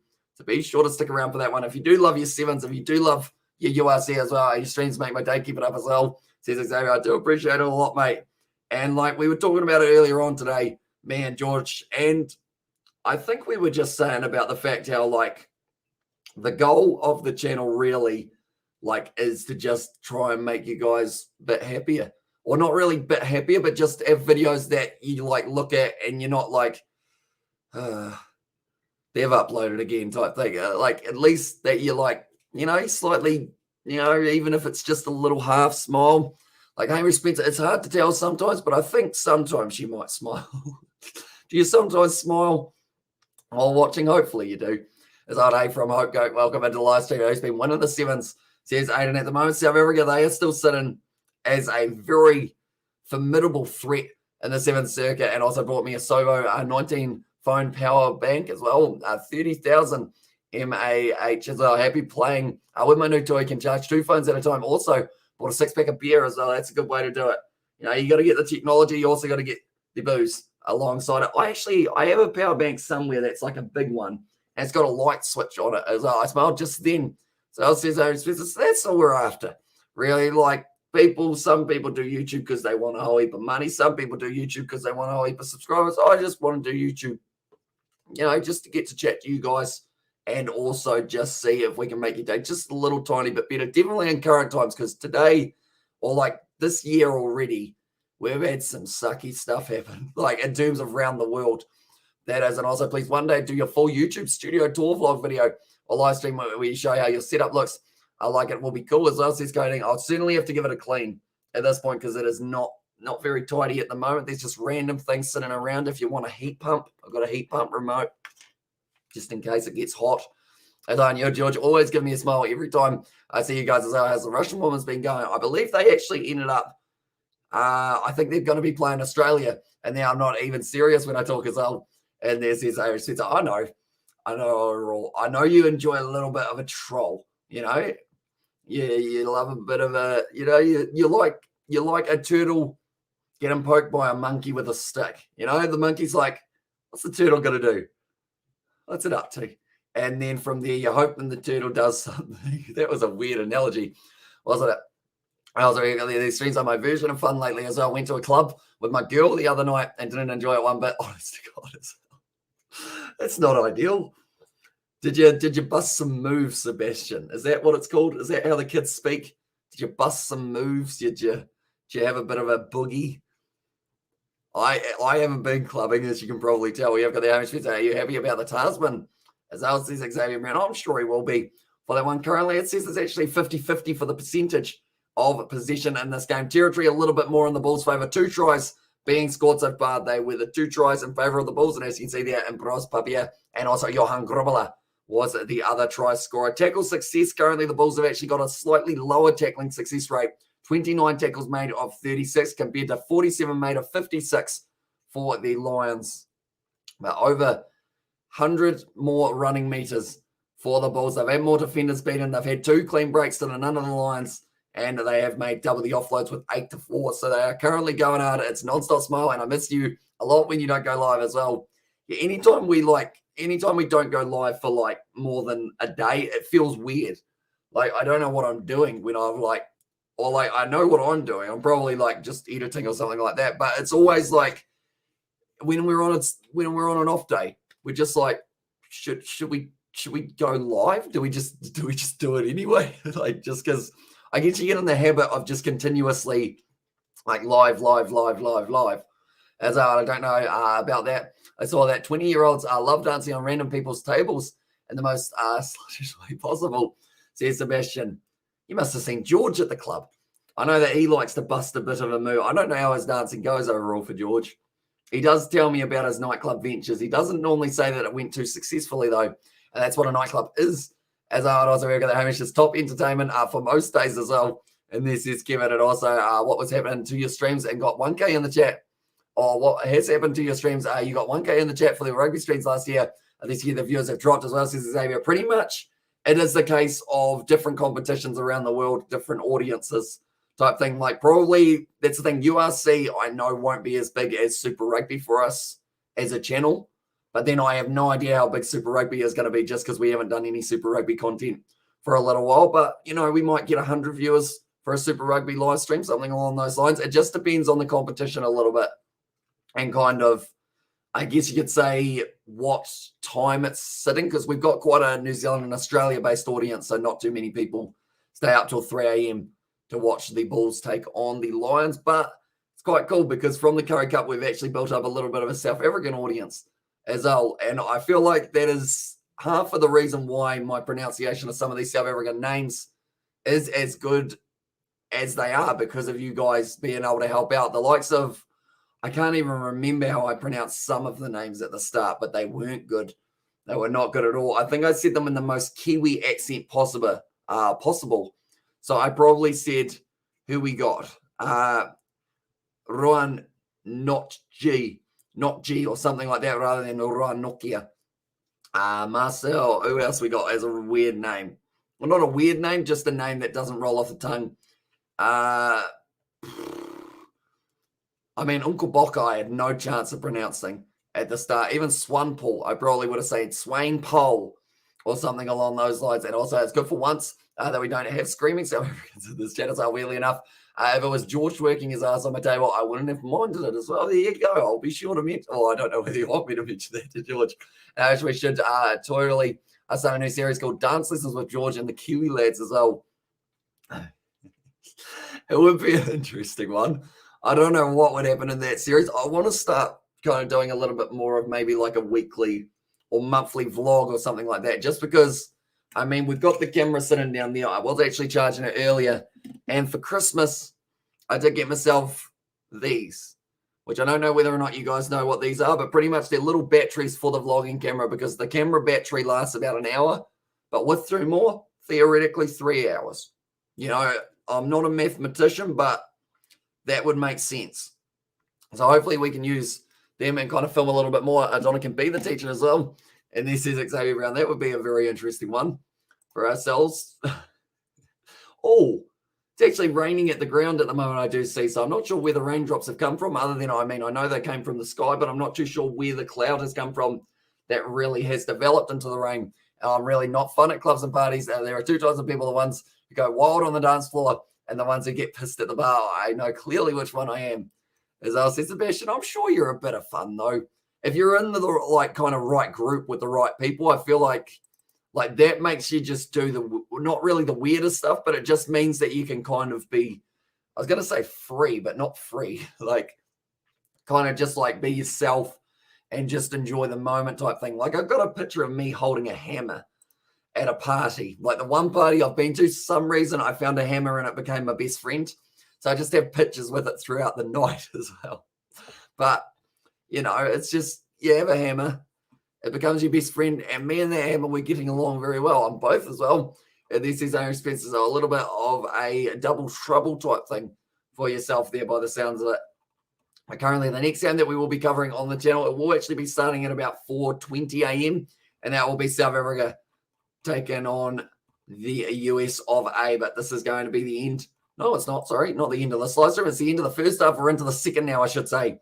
As it will be Morningstone kicking off this one for the second half of this matchup between the two sides from South Africa. He kicks it high, and it is going to be taken nicely by Frank Horn.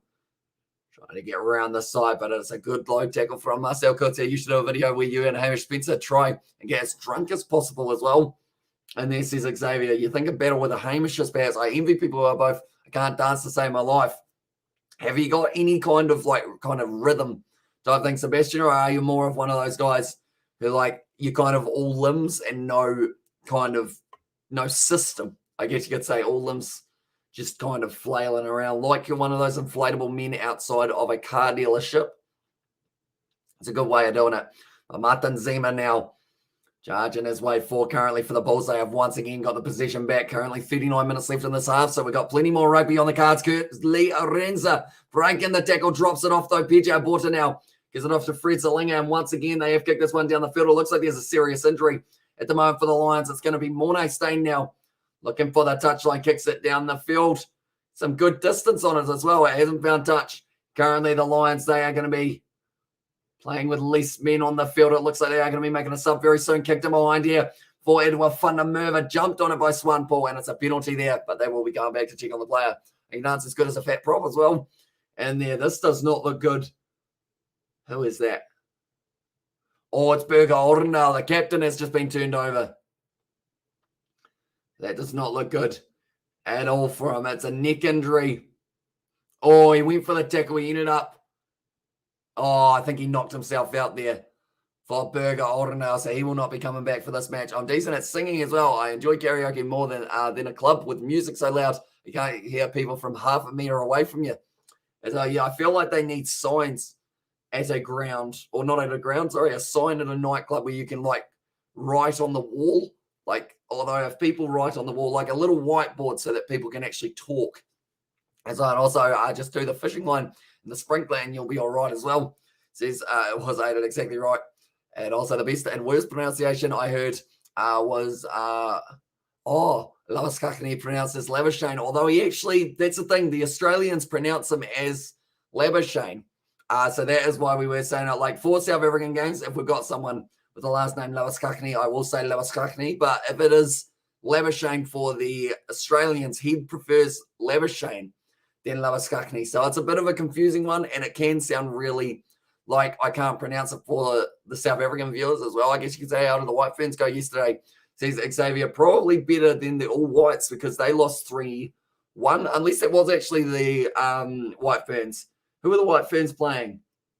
Because I know that Jordan bet New Zealand 3-1 for that match, but they're going to have a kick at goal here, trying to get themselves some form of points here. Fred Zillinger, but Burger Oldendale, he will be off the field now after getting knocked out, and I believe that'll be Tian Swanepoel making his way out there. That's actually the only spare back that they've got other than the halfback, and Fred Zillinger misses out to the left-hand side, so it just gets a little bit from bad to worse there for the Lions and their second half ventures.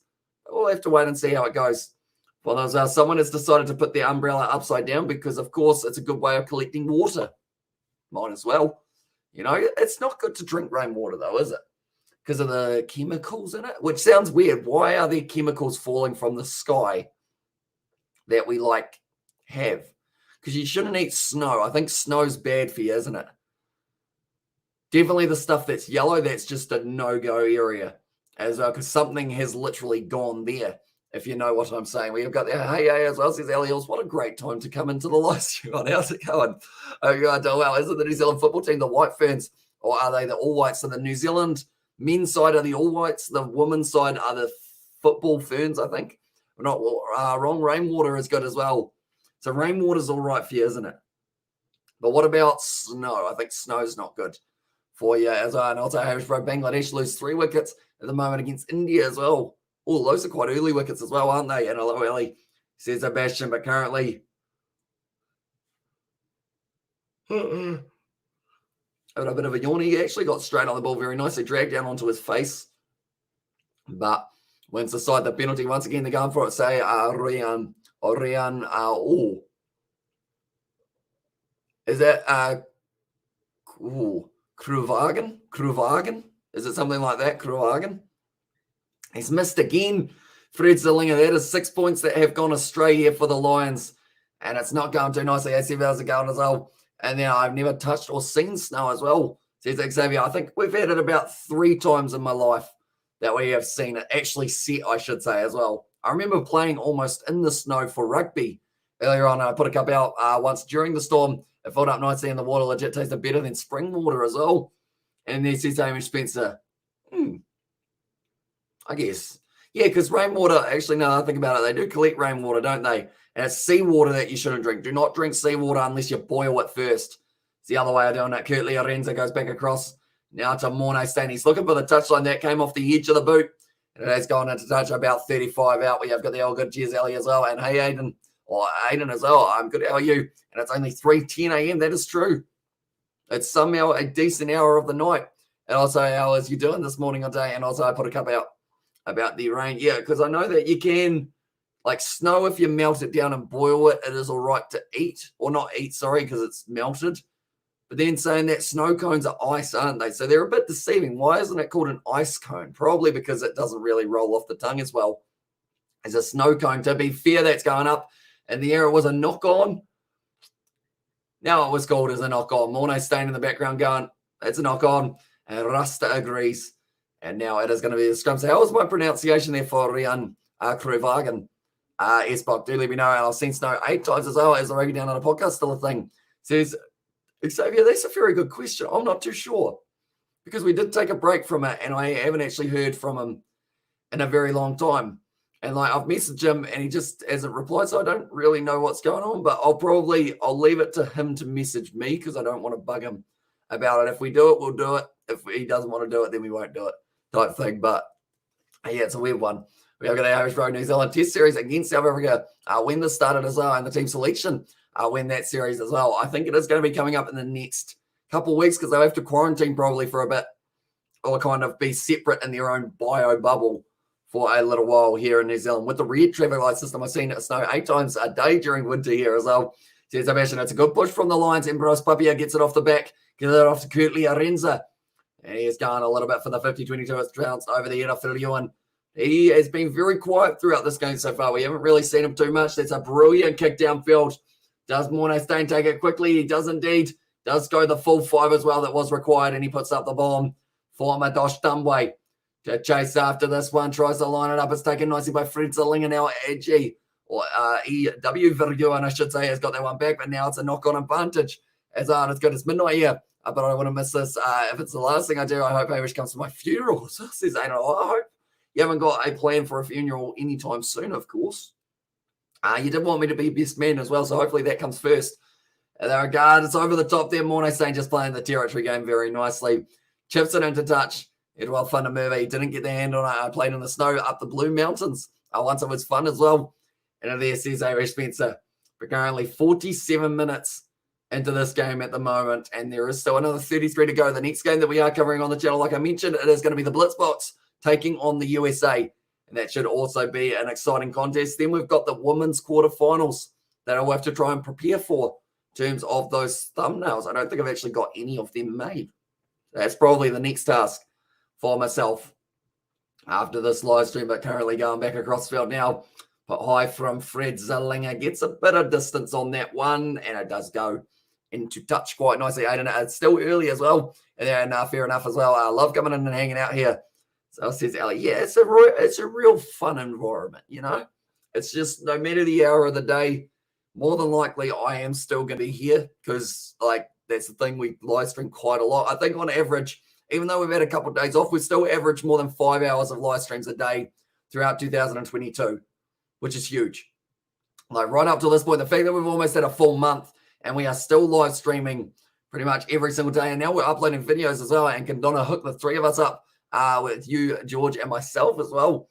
And now, I mean, I'm not too sure how our matchmaking skills have been going lately because I'm still single, but we'll have to wait and see what time is the next stream. So the next one, it is going to be taking place at one moment. We will just have a quick look. Japan are actually beating Wales at the moment for the men's department, which is very impressive from them.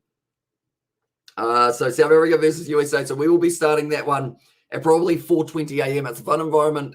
I ever love the Rebels as well. Or everyone loves the Rebels. I think that is going to be for Xavier Brown. Oh, he's actually switched over to the other account. I do see as well there. And also, so no Sharks versus Stormers. We will be keeping you guys updated with the score in that game. But yeah, we are going to be doing, I want to watch the Blitzbox. I missed out on that game between Samoa and also the Blitzbox. And I think you guys could see how disappointed I was when I wasn't able to see that game because we were like, we were ready to go. South Africa, they beat Spain 33-12. So a decent one as well. I mean, not for once again. And that is going to be a double knock on there for that one. And now it's going to be the scrum. So a little bit of a slippery ball situation going on out on the field at the moment. The Kieran, the Christmas, the Dry, the out, the 10, the Billy, the George, the Hamish, the New Zealand, and the 6 as well. Just put down on the end by the number 12, Forster. He's been very quiet. The other game, Samoa isn't playing. Yeah, unfortunately, like we knew that roughly, but they still had it down as a fixture that was taking place. So because of that, we were all set to do Samoa versus the Blitzbox. And then about 30 minutes before the live stream, they were like, hey, by the way, Samoa don't show up for this one as well. So it is going to be South Africa who did get all the points. And we were like, it's nice. You know, it was slightly unfortunate in that regard. And also Samoa isn't playing as well. And there's and also we have got the Sharks versus Stormers. Will you see, or will you still go live for the game after the Blitzbox? As on there says Aiden, it's a double, triple knock on, in fact, from Fred Zalinga. He's having a shocker at the moment. They haven't actually got a replacement for him unless it's Mornay van der Berg that they do go with. He's got the head down. Do you prefer videos to streams as well? And he says, Xavier, it does depend a little bit on the game or kind of what kind of game's on or what the topic is. Like sometimes I prefer the videos just because I get to add like that little bit of editing to them a bit more. But then other times like the streams, you can't really, in my opinion, beat live like kind of interaction type thing in terms of like I can say something. Like I could be like, hey guys, hey guys, write pizza in the chat. That's pretty lame one. But like you can't do that with a video. Like I could be like, hey, be sure to leave a comment saying that, but then like you gotta wait for the comment type thing, and also you can't beat the live chat. Exactly right. And hey, HC Siddhartha, welcome in to Live Stream I. Are you still going live for the game after the Blitz block? I'll probably end up doing the women's quarterfinal that will be coming up. I think that is going to be Australia versus Russia. Pizza, see? Can't do that on a video. I feel like that was a weird example, wasn't it? See, pizza again. It's all going to be the hands of the Bulls. They've got 2 tries so far. They need 1 more for the bonus point. In fact, they need 2 more for the bonus point, in fact. Just throwing that ball back for Ryan. Still available, though, for the Bulls. Looks like he might be a little bit groggy. Nah, he's all right. He's got a hard head, that man. Just gets back up, goes, nah, it's all right. Around the side once again, Matanzima. Currently just building phase after phase. Heinrich Lowe, this is getting closer and closer here for the Bulls, and they are about to possibly cross the line for the 3rd time in this match. And Bros Papia once again going back across from Marcel Kurtzer, taken hard in the tackle. I believe that was actually by the big man, William Alberts. Tackler out, not rolling away for that one, and that is going to be the penalty. But Tian Swanepoel, he's out on the field. That is due to the injury of Berger Orendal. So that is going to be sad that they do that. Oh, we know, but no one knew 5 minutes before kickoff. That was for a little bit earlier on for the Samoa versus South Africa. And I was all excited for that game as well. It's going to be a pretty easy try for Arnold Borta. Does run it in, and that is going to be another try for the Bulls. Now they are sitting 1 away from the bonus point, and this is a dominant performance for themselves. Yeah, unfortunately, just a few mistakes from the Lions have led to them not quite being able to get back into any type of position to be close to winning this game. Oh. Okay. So the score in my game was about 35-7. It might not be a mile off here. Definitely if the Lions score the last minute try, miss the conversion, we could be looking at about 30, maybe 35-8. That would actually be pretty insane if that was as close as we got. Oh, there's another player who's getting a stretcher here. Another player down. This is not looking good at the moment. I think Mornay Stain just checking on someone. Who's this down this time? Oh, that doesn't look good. That's going to be... That does not look good. He was well and truly concussed there. And because of it, the Lions, they're going to be losing another forward. I want to say that was Ruben Skuman, but I could be wrong.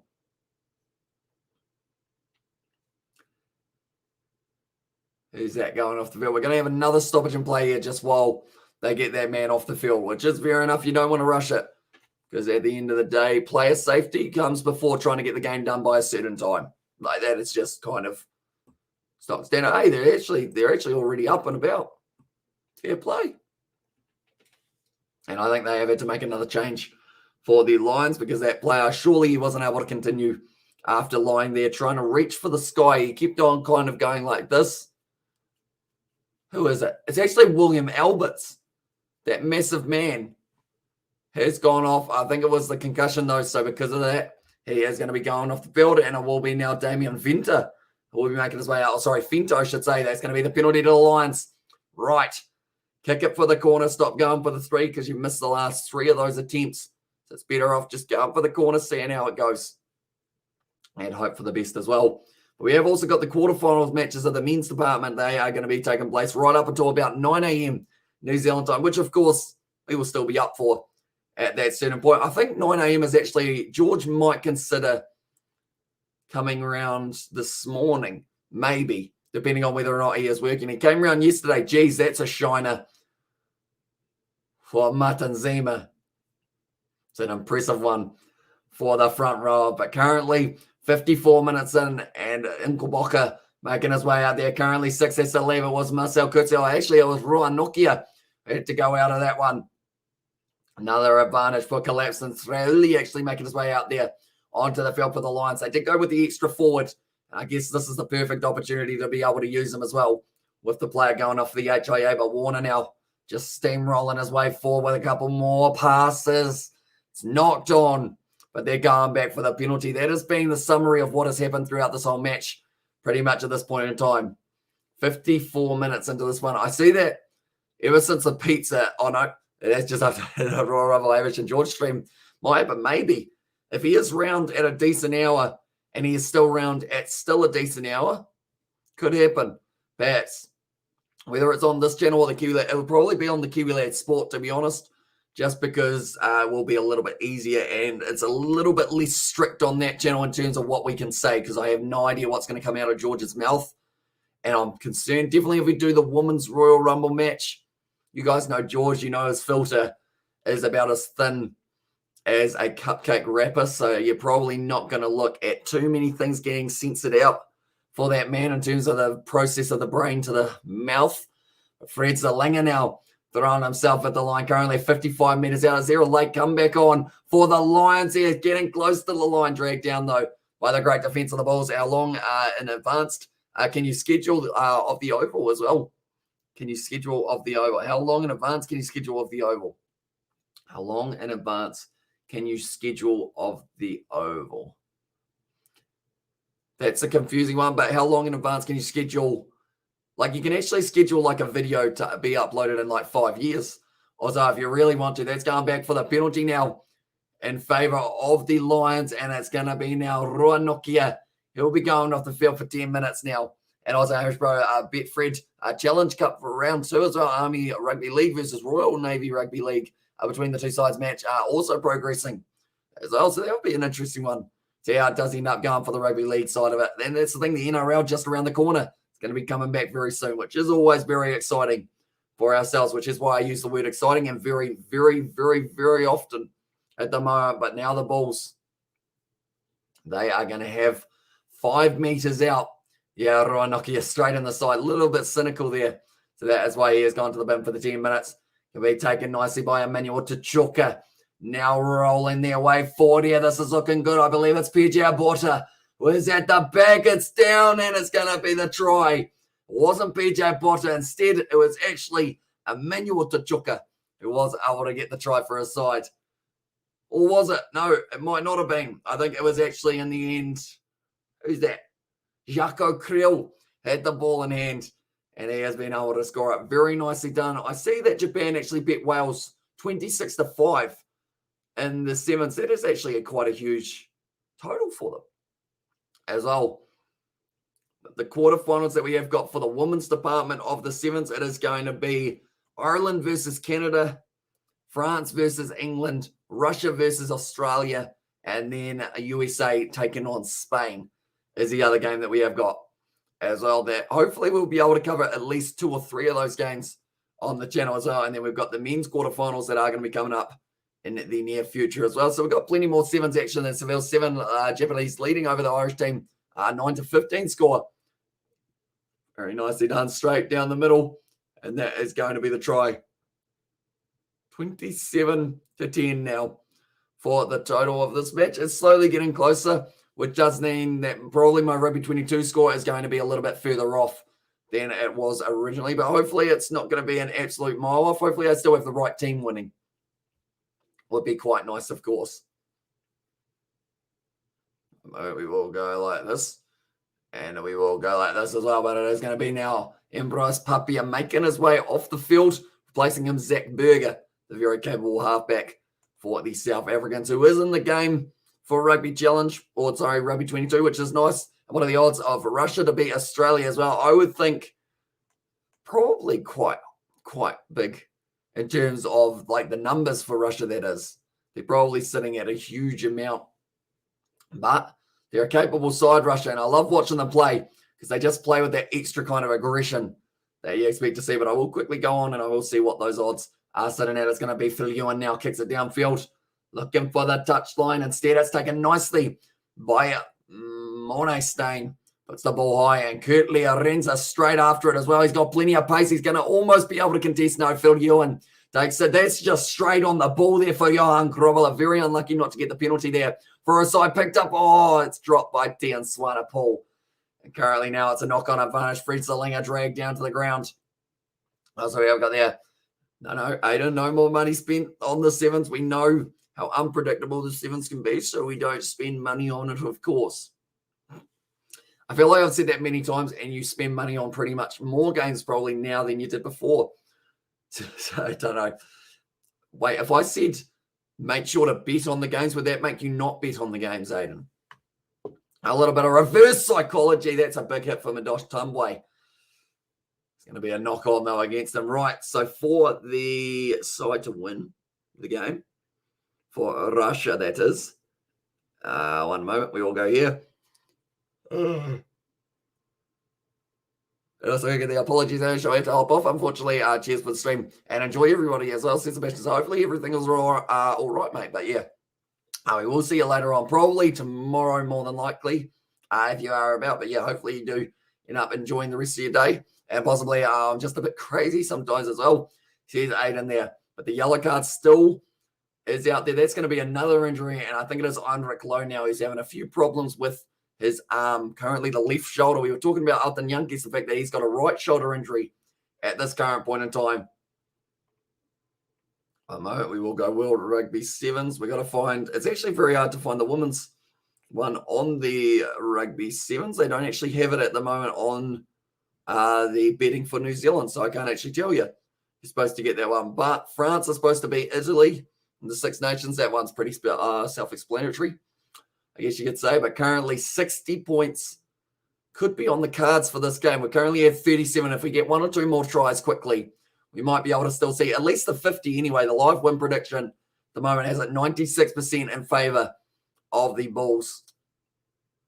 Currently sitting very nicely for themselves here on this game. But the next game, like I mentioned, it is going to be at 4:20 a.m. We'll probably start at maybe 4:15 even for that next matchup that has taken place between the two sides from the kind of north versus south, I guess you could say, with USA taking on South Africa. And also we have got a new member in Elios as well. So welcome back. And also how much is Russia, Amish? So we haven't actually got the odds here in New Zealand yet, Aiden, so I can't actually tell you for that one. But thank you very much, Ellie. You get your picture up on the screen for a little bit of time. I do quite enjoy this green as well, like of the membership. I don't know why it's green rather than any other color, but I do enjoy the green.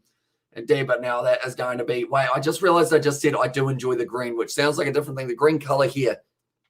Madosh Tumbwe, oh, geez. His hands did not like him too much. And Legend Ellis says, and also show us game, please. I'm desperate as well. We'll be on the URC's YouTube channel after this one.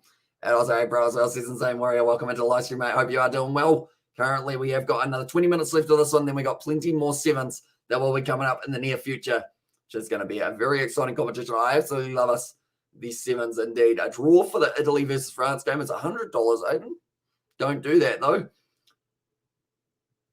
Did that go backwards or forwards there for Madosh Tumbwe? And they were celebrating for the knock-on. It's going back for the knock-on. Membership's supposed to auto-renew. I think there's an option to either auto-renew them or not. So I guess maybe it's the not one. I don't know. I don't actually know that much about channel memberships, believe it or not. I have memberships because I like the little emojis that they offer. But other than that, I don't really know too much about it. As I say, Warrior has got the love arts there. And the chat has a little knock-on from Madosh Tumbwe, though. And it does mean that it is going to be now 5-meter scrum here for the Lions. And they are going to be putting on the pressure. Madosh Tumbwe, I've mentioned it kind of the whole way through. And we keep us updated on the Sharks game. Wait, are they paying $100 really? So that is for the draw for Italy to win. They are paying 61 for that one. Not Russia and Australia, though. That game they have still not said here in New Zealand. So don't put any money on it. It's my advice. You never know what's going to happen. But currently now the scrum feed 5 meters out for the Lions. They've still got the man advantage as well. So surely this one goes out the back line. Or if they've only got the 7 men in the scrum, surely you just push your way forward for that one as well. I've just realized I've actually got a muscle in my arm in some parts because of the fact that, like, from doing the cricket, I can feel that it's quite painful. So I must have been flicking my wrist or something.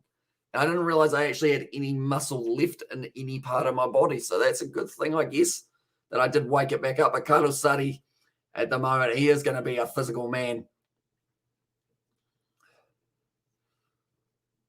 Currently, some big boys in that forward back of the Lions, like I mentioned. They love themselves a scrum.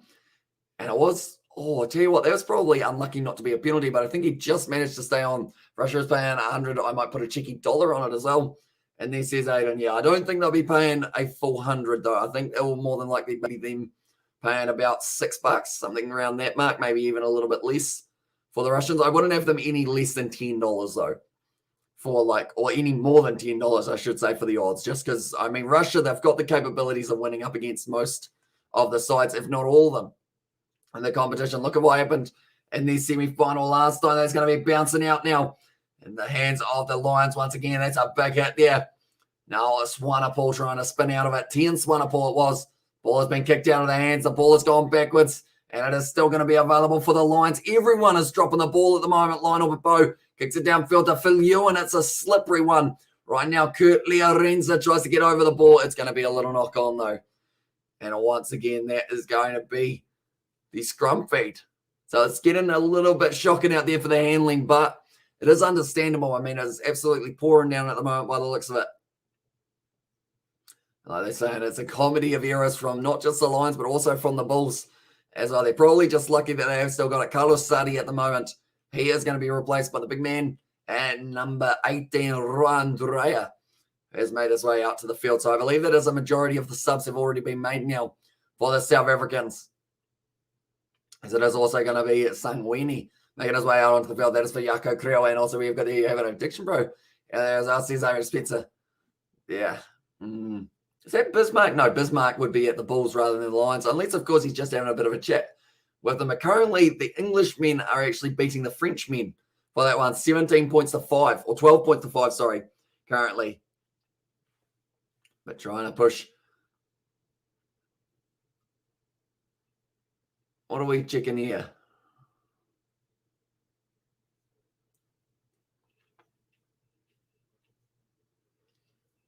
Oh.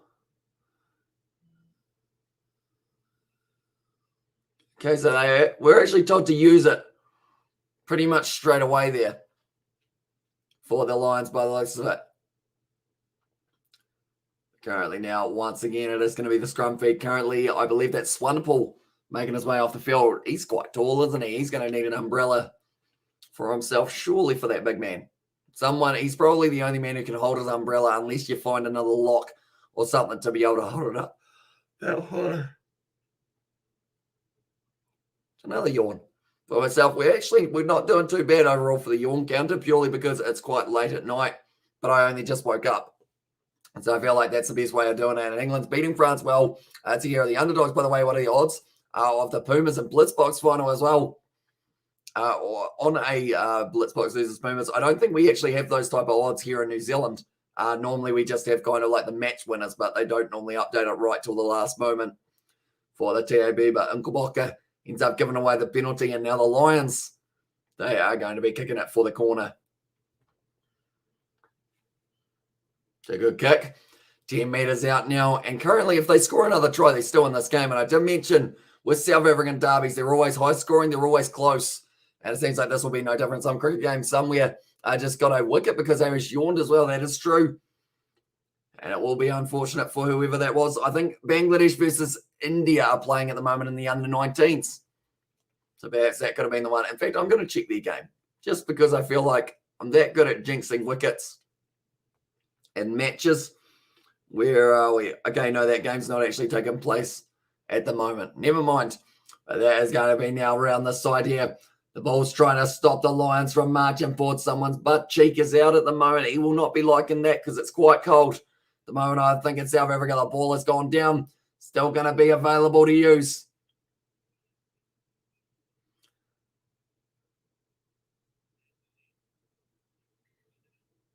Oh, they've stolen the ball there. I think one of the Bulls players would just able to get enough on it and no, stuff it up as well in there. And also we've got the England's beating France. That one, but yeah, there's been some good upsets. See, not just like in the sevens, but also in rugby union this weekend. It looks like Ruan Nokia, he will be getting ready to go. He has been off the field for 10 minutes. They want to give him a jacket just in case he gets cold. They were going, would you like a Vodacom jacket? And he's going, nah, no thank you. I'm all right.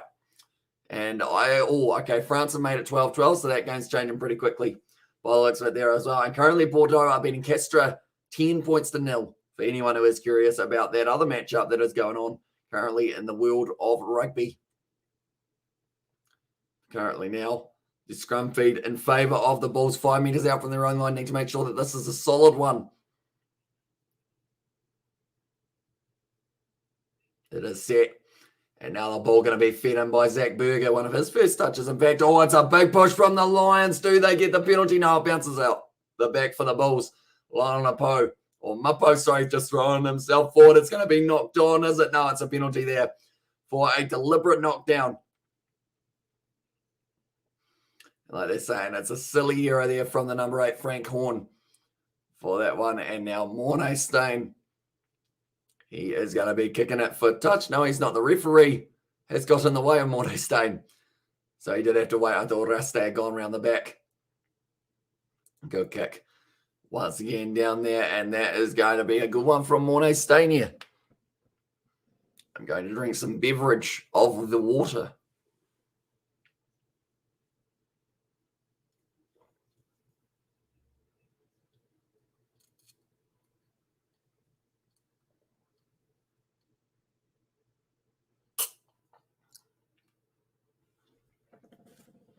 Nice.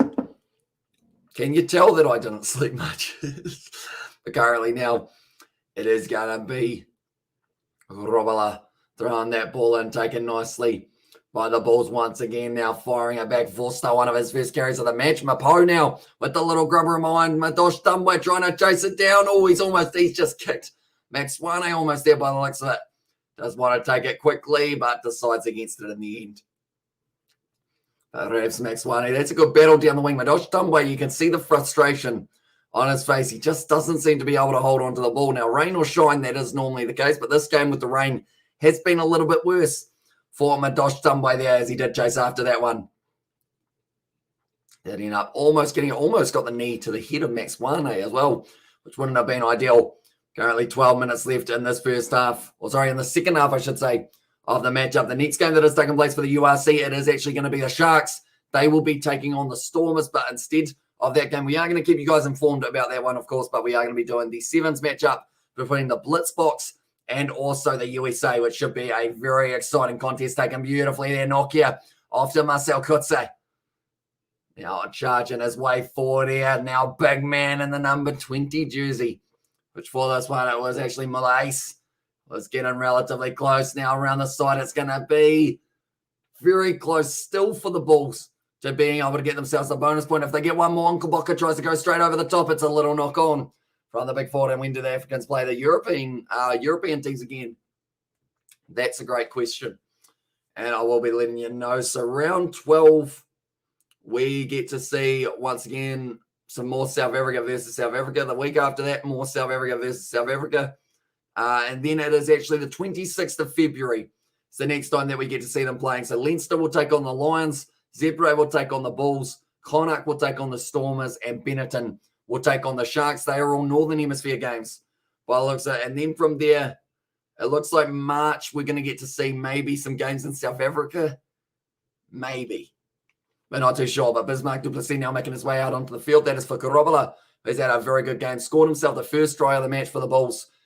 And we have got there overall. But I know that there's going to be another break when we've got the Six Nations for the other teams. That is why they are going to be playing so many South African derbies in a row. But after they have played all their South African derbies, they will be heading back north. So they haven't had any home games yet for South Africa, which is a bit of a shame because they are probably the games that the South African sides have a very good chance of being able to win compared to some of those ones when it is home field advantage for the Northern Hemisphere sides. And now 10 minutes left. I see Marcel Kutze on the side of the scrum. He's been a strong man throughout this match. Also, I mean, when you're looking at number 6s, you've got to look at his opposite number there for Botha, and that's going to be the penalty now for the Lions or the free kick. Pre-engaging, I think this is going to be the free kick here for them rather than the penalty. I'm curious because the URC, when do those games take place next week? Now that I think about it, that was my voice almost disappearing completely. But okay, so they're 2 a.m., 4:05 a.m. Do they overlap with the Six Nations? I bet you they do, just to try and annoy me and make me have to decide which game I want to do. One moment, we will go here, we will go here. Where's the Six Nations? There it is. Right. So it's 2 a.m., 4:05 a.m., Six Nations. For some reason, the Six Nations, they have got it down as the United Rugby Championship. That's not ideal. That's not quite.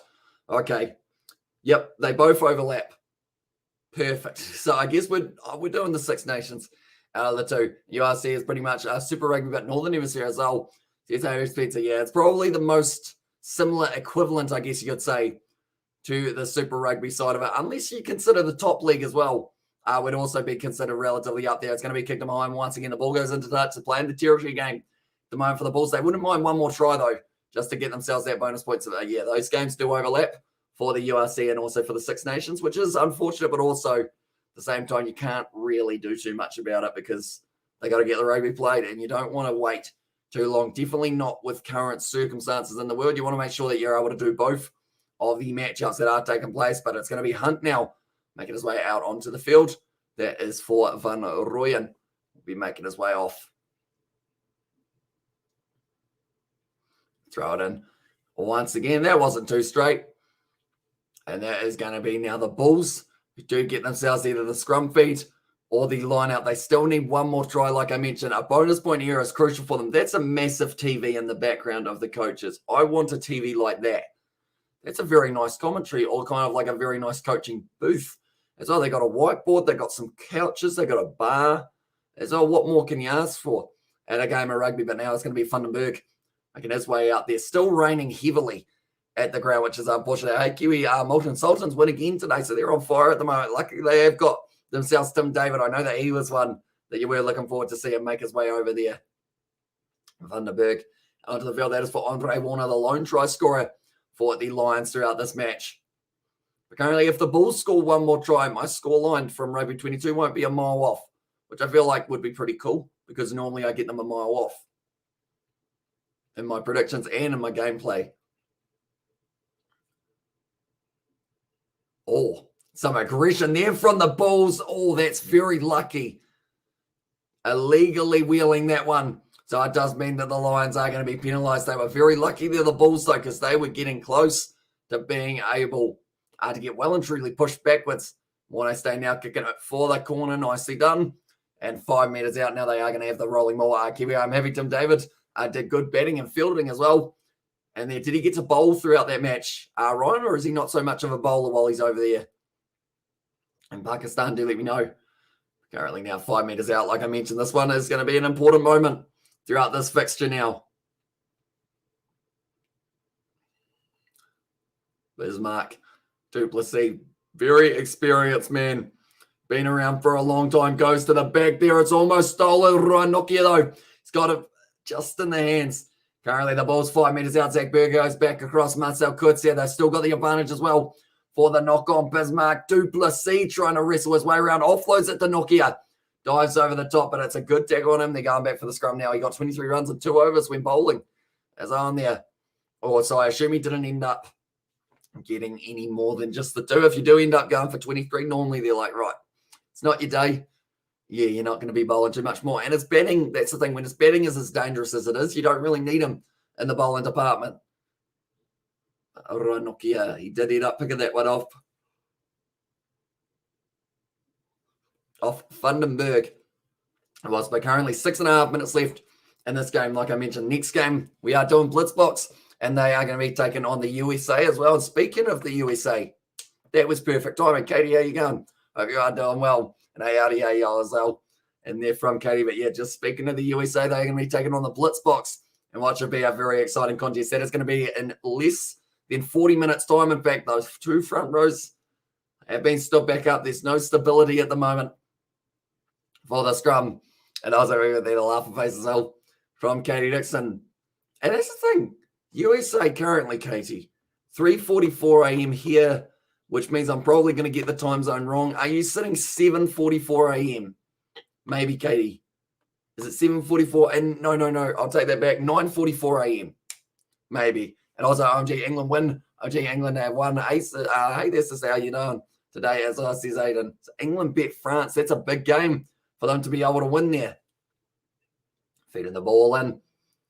That one's going down. And the front row once again, it's bouncing out the back though. Shut down beautifully by Vandenberg. Was trying to slow them down, but now around the side, Marcel Kutze.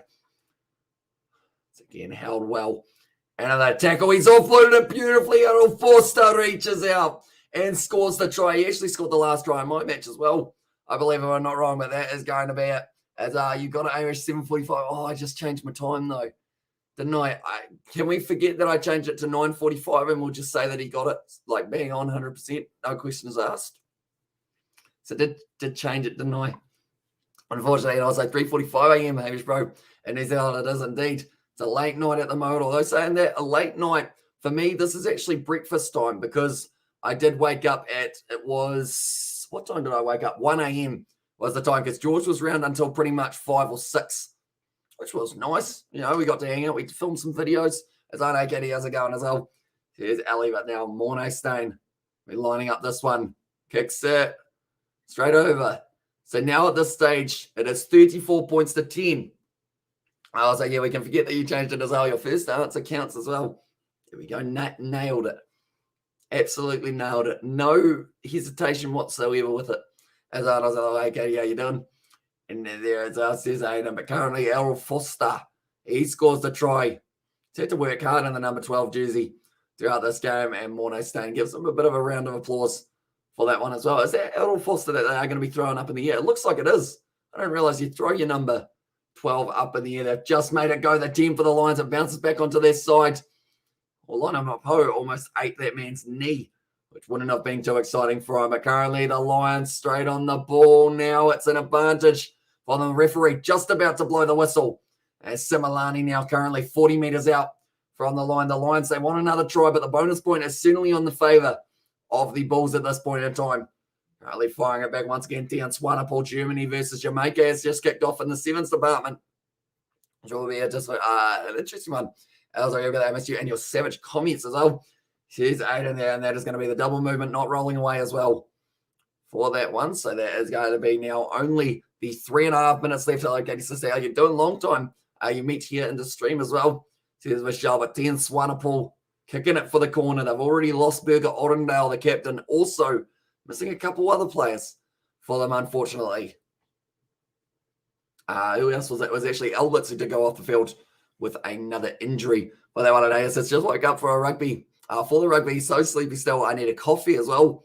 And there says Katie Dixon. See, I think the thing that kept me awake throughout the night, I had 3 Fantas, like 3 Fanta cans that was. I just kept on drinking Fanta, and that kept me well and truly buzzing for the new day because we did still have another day that was coming up, of course, for the rugby side of it. But George, anytime he's available, I'm like, right, even though sleep is kind of important, I feel like being able to get some film done and also just getting a hangout for a while is the best way of kind of doing it. I can catch up on sleep, but I can't catch up with George unless he is available. Does that make sense?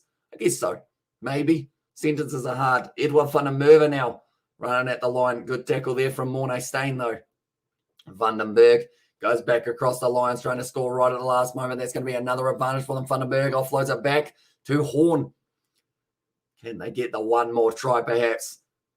Vandenberg once again going back. That is going to be Damon Fenter. Good run forward there, making about 10 metres in the post-match or post-meters after the contact. And also, we've got, hey, brother, I'm still recovering from the Bath Quins game. And Nathan Hughes is the demigod as well. And he said leave Bristol and go for Bath as well. And do you have any more Fantas, Hamish? Unfortunately, the Fantas, they are running pretty slim. I've got one left, but I'll probably let George have it in the morning if he does end up coming around. Just because don't mind sharing my Fantas with George. Overall. Oh, good sell of the dummy. Big tackle from Lionel Mapo. And that is going to be going back for the penalty. And Katie Dixon, I feel that it's almost 3:50 a.m. I should probably sleep soon. A coffee is the best. Coffee, it is. It is one of those ones, you know, caffeine is a sneaky tool, I guess you could say, for use. That was a weird sentence. And I was like, hey, bro, I'm doing well. I hope you're well too as well, says Katie. Currently 5 minutes out. It looks like they're just going to take the quick tap here. They're going to throw Mornay Brandon straight at the line. As get dragged down. Bismarck Duplessis told to leave it. Once again, getting closer to the line for the Lions. Currently only 1 minute left. They won't have time. That's going to be the knock on there. Sneakcats were taken out as well.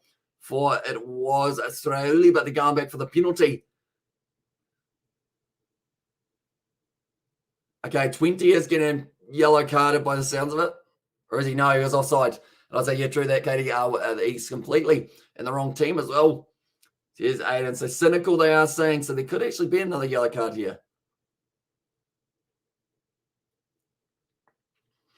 Next one's gone as they call Morne. Brandon once again. Just getting thrown at the line. Going to the big forwards here for the Lions. 20 seconds left. Good leg drive. Puts him on his back. It's going to be held up. It's short blue. Leave it now is the call. Halftime. Porto are actually beating Castra 20-0. So once again, I think he dropped that ball for the Lions and it is gone. Back in the hands of Rua Nokia. Currently 2 seconds left. I believe more than likely they will end up just kicking this one for touch if they do end up getting it. And it's another penalty to the Lions for the player flopping over. That could have been the win easily for the Bulls kicking it to touch, but they did miss out. And now it is going to be the Lions once again who will be attacking. We have got the it was shocking as well. Thanks for your time. Take care. So says 11J said, and we have still got plenty more action, even though we're not covering the URC game between the Sharks and the Stormers. We will be keeping you guys up to date with who's scoring the tries in their match throughout the Blitz box, which is the South Africa Sevens taking on the USA Seven side. That's dropped. That's going to be the end of the game, and it is going to be 10 points to the Lions, 34 for the Bulls as well at full time. It made Quins look like it was their first time out on the field as well. And there says Gary Dixon. That is going to be the end of the performance from the Lions. They'll be disappointed with that one. That man's headgear is that tight. He can't actually get it back over his head there. But it's a good win for the Bulls. 34 points to 10 there. Well, it's a very good performance from the Vodacom Bulls. But full time is upon us. And now they get themselves a bonus point win as well. That will be 5 points going in favor of the Bulls. The Lions, they won't receive any points for this matchup, which is going to be a bit disappointing for them. That is for sure. But the rain was affecting this one a little bit in the second half of this matchup. I believe it only started raining at the halftime mark, though, for this one. But nonetheless, I guess that is going to be the end of this live stream. If you did enjoy, ladies and gentlemen, be sure to leave a like and subscribe. Who's the man of the match as well, says Aiden? Who are they going to give it to? For me personally, if I had to pick someone to get it, I mean, Morne Steyn was going very nicely for himself. So either Morne Steyn, maybe Heinrich Lowe, or Johan. Actually, I'll go to Johan Grobbler. He did very nicely throughout this game. So I would probably give it to him if it was up to me. But it is not up to me, of course. I am just a man who sits in my lounge at random hours of the night talking. Which I mean is quite an interesting way of describing a job, but I like it. You know, there's nothing wrong with it overall. But currently, the Bulls, they move up to 13 now, tied with the DHL Stormers and also the Emirates Lions, all sitting on the 12 as well. And also, sorry, I'm so late to the stream, which is us, says Katie. It's no worries at all. We have still got plenty more live streams tonight, including that next one that I did mention between the USA and the Blitz box as well. But while we are waiting for, tell you what, while we are waiting for it, we will be a little bit sneaky here, and we will actually set up the next live stream, and then we will find out who is man of the match as well in the process. A little bit of a double whammy type thing. Okay, they are just waiting for the man of the match, they have just said. Who's it going to be? Johan Grobbler. He is going to be the man of the match. I felt like he did deserve it the way that he played. He was very strong, not just with the running game and also the tackling game, but also just all around the park. Was always there, always ready for the challenge as well. But Johan Grobbler has been able to get that one for the man of the match department. But nonetheless, guess that is almost going to be the end of this live stream. If you guys did enjoy, you are excited for that South Africa versus USA match, be sure to leave a like and subscribe to the channel as well. We will quickly go like this. We will click this button, and maybe it will work. We have to wait and see. And there are any sevens this week, Hamish. There is indeed. We are actually our next live stream in about 20 minutes. We are going to be covering the sevens, and that is going to be the matchup between the Blitz box and also the USA. So that will be actually almost like a pre-final, I guess you could say, for that matchup. But that will be kicking off at 4:25. We will be starting at 4:20 though for that matchup. We will go like that. Downloads that one. We will put our thumbnail in.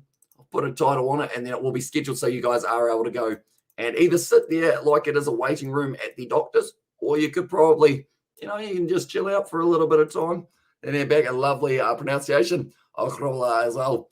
And this is more, thank you very much, mate. I feel like I mentioned it earlier on as well. If it wasn't from you guys helping me with the pronunciation, I would be absolutely buggered in terms of how I pronounce some of these South African names. It is all down to you guys and your help. So yeah, it's hugely appreciated, of course, with all of the kind of pronunciation support you guys are giving me, because during the matchups early on for like the Curry Cup and whatnot, like rather than you guys kind of going like, oh, you're terrible at pronunciations and whatnot, you kind of just went, hey, like if you try put in this part and this part type thing, this is how it will sound, and that is how you kind of want it to be. And that was very helpful. Smash the like button, y'all, and also London Irish versus Chiefs, Worcester versus Saints are both on next. I don't know which one I want to watch as well. I would watch Exeter Chiefs versus London Irish. Personally, I feel like that one will be a very good matchup, because the Exeter Chiefs going into that game as the underdogs as well, which I feel like is something you don't really say too often for the fellows from Exeter. At the moment, we will go like this. And we will go like this. I always find that setting up a live stream always takes a little bit longer than I anticipate.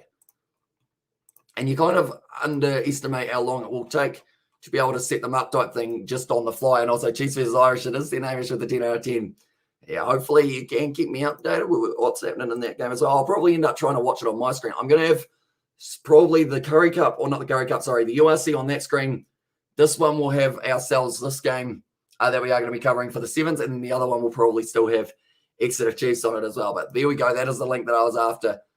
And be sure to check out that live stream, because we are going to be going live in only 25 minutes time. But thank you all very much for tuning into this live stream. If you did enjoy, be sure to leave a like and subscribe, and I will see you all back for the sevens in just a short amount of time. But we will see you all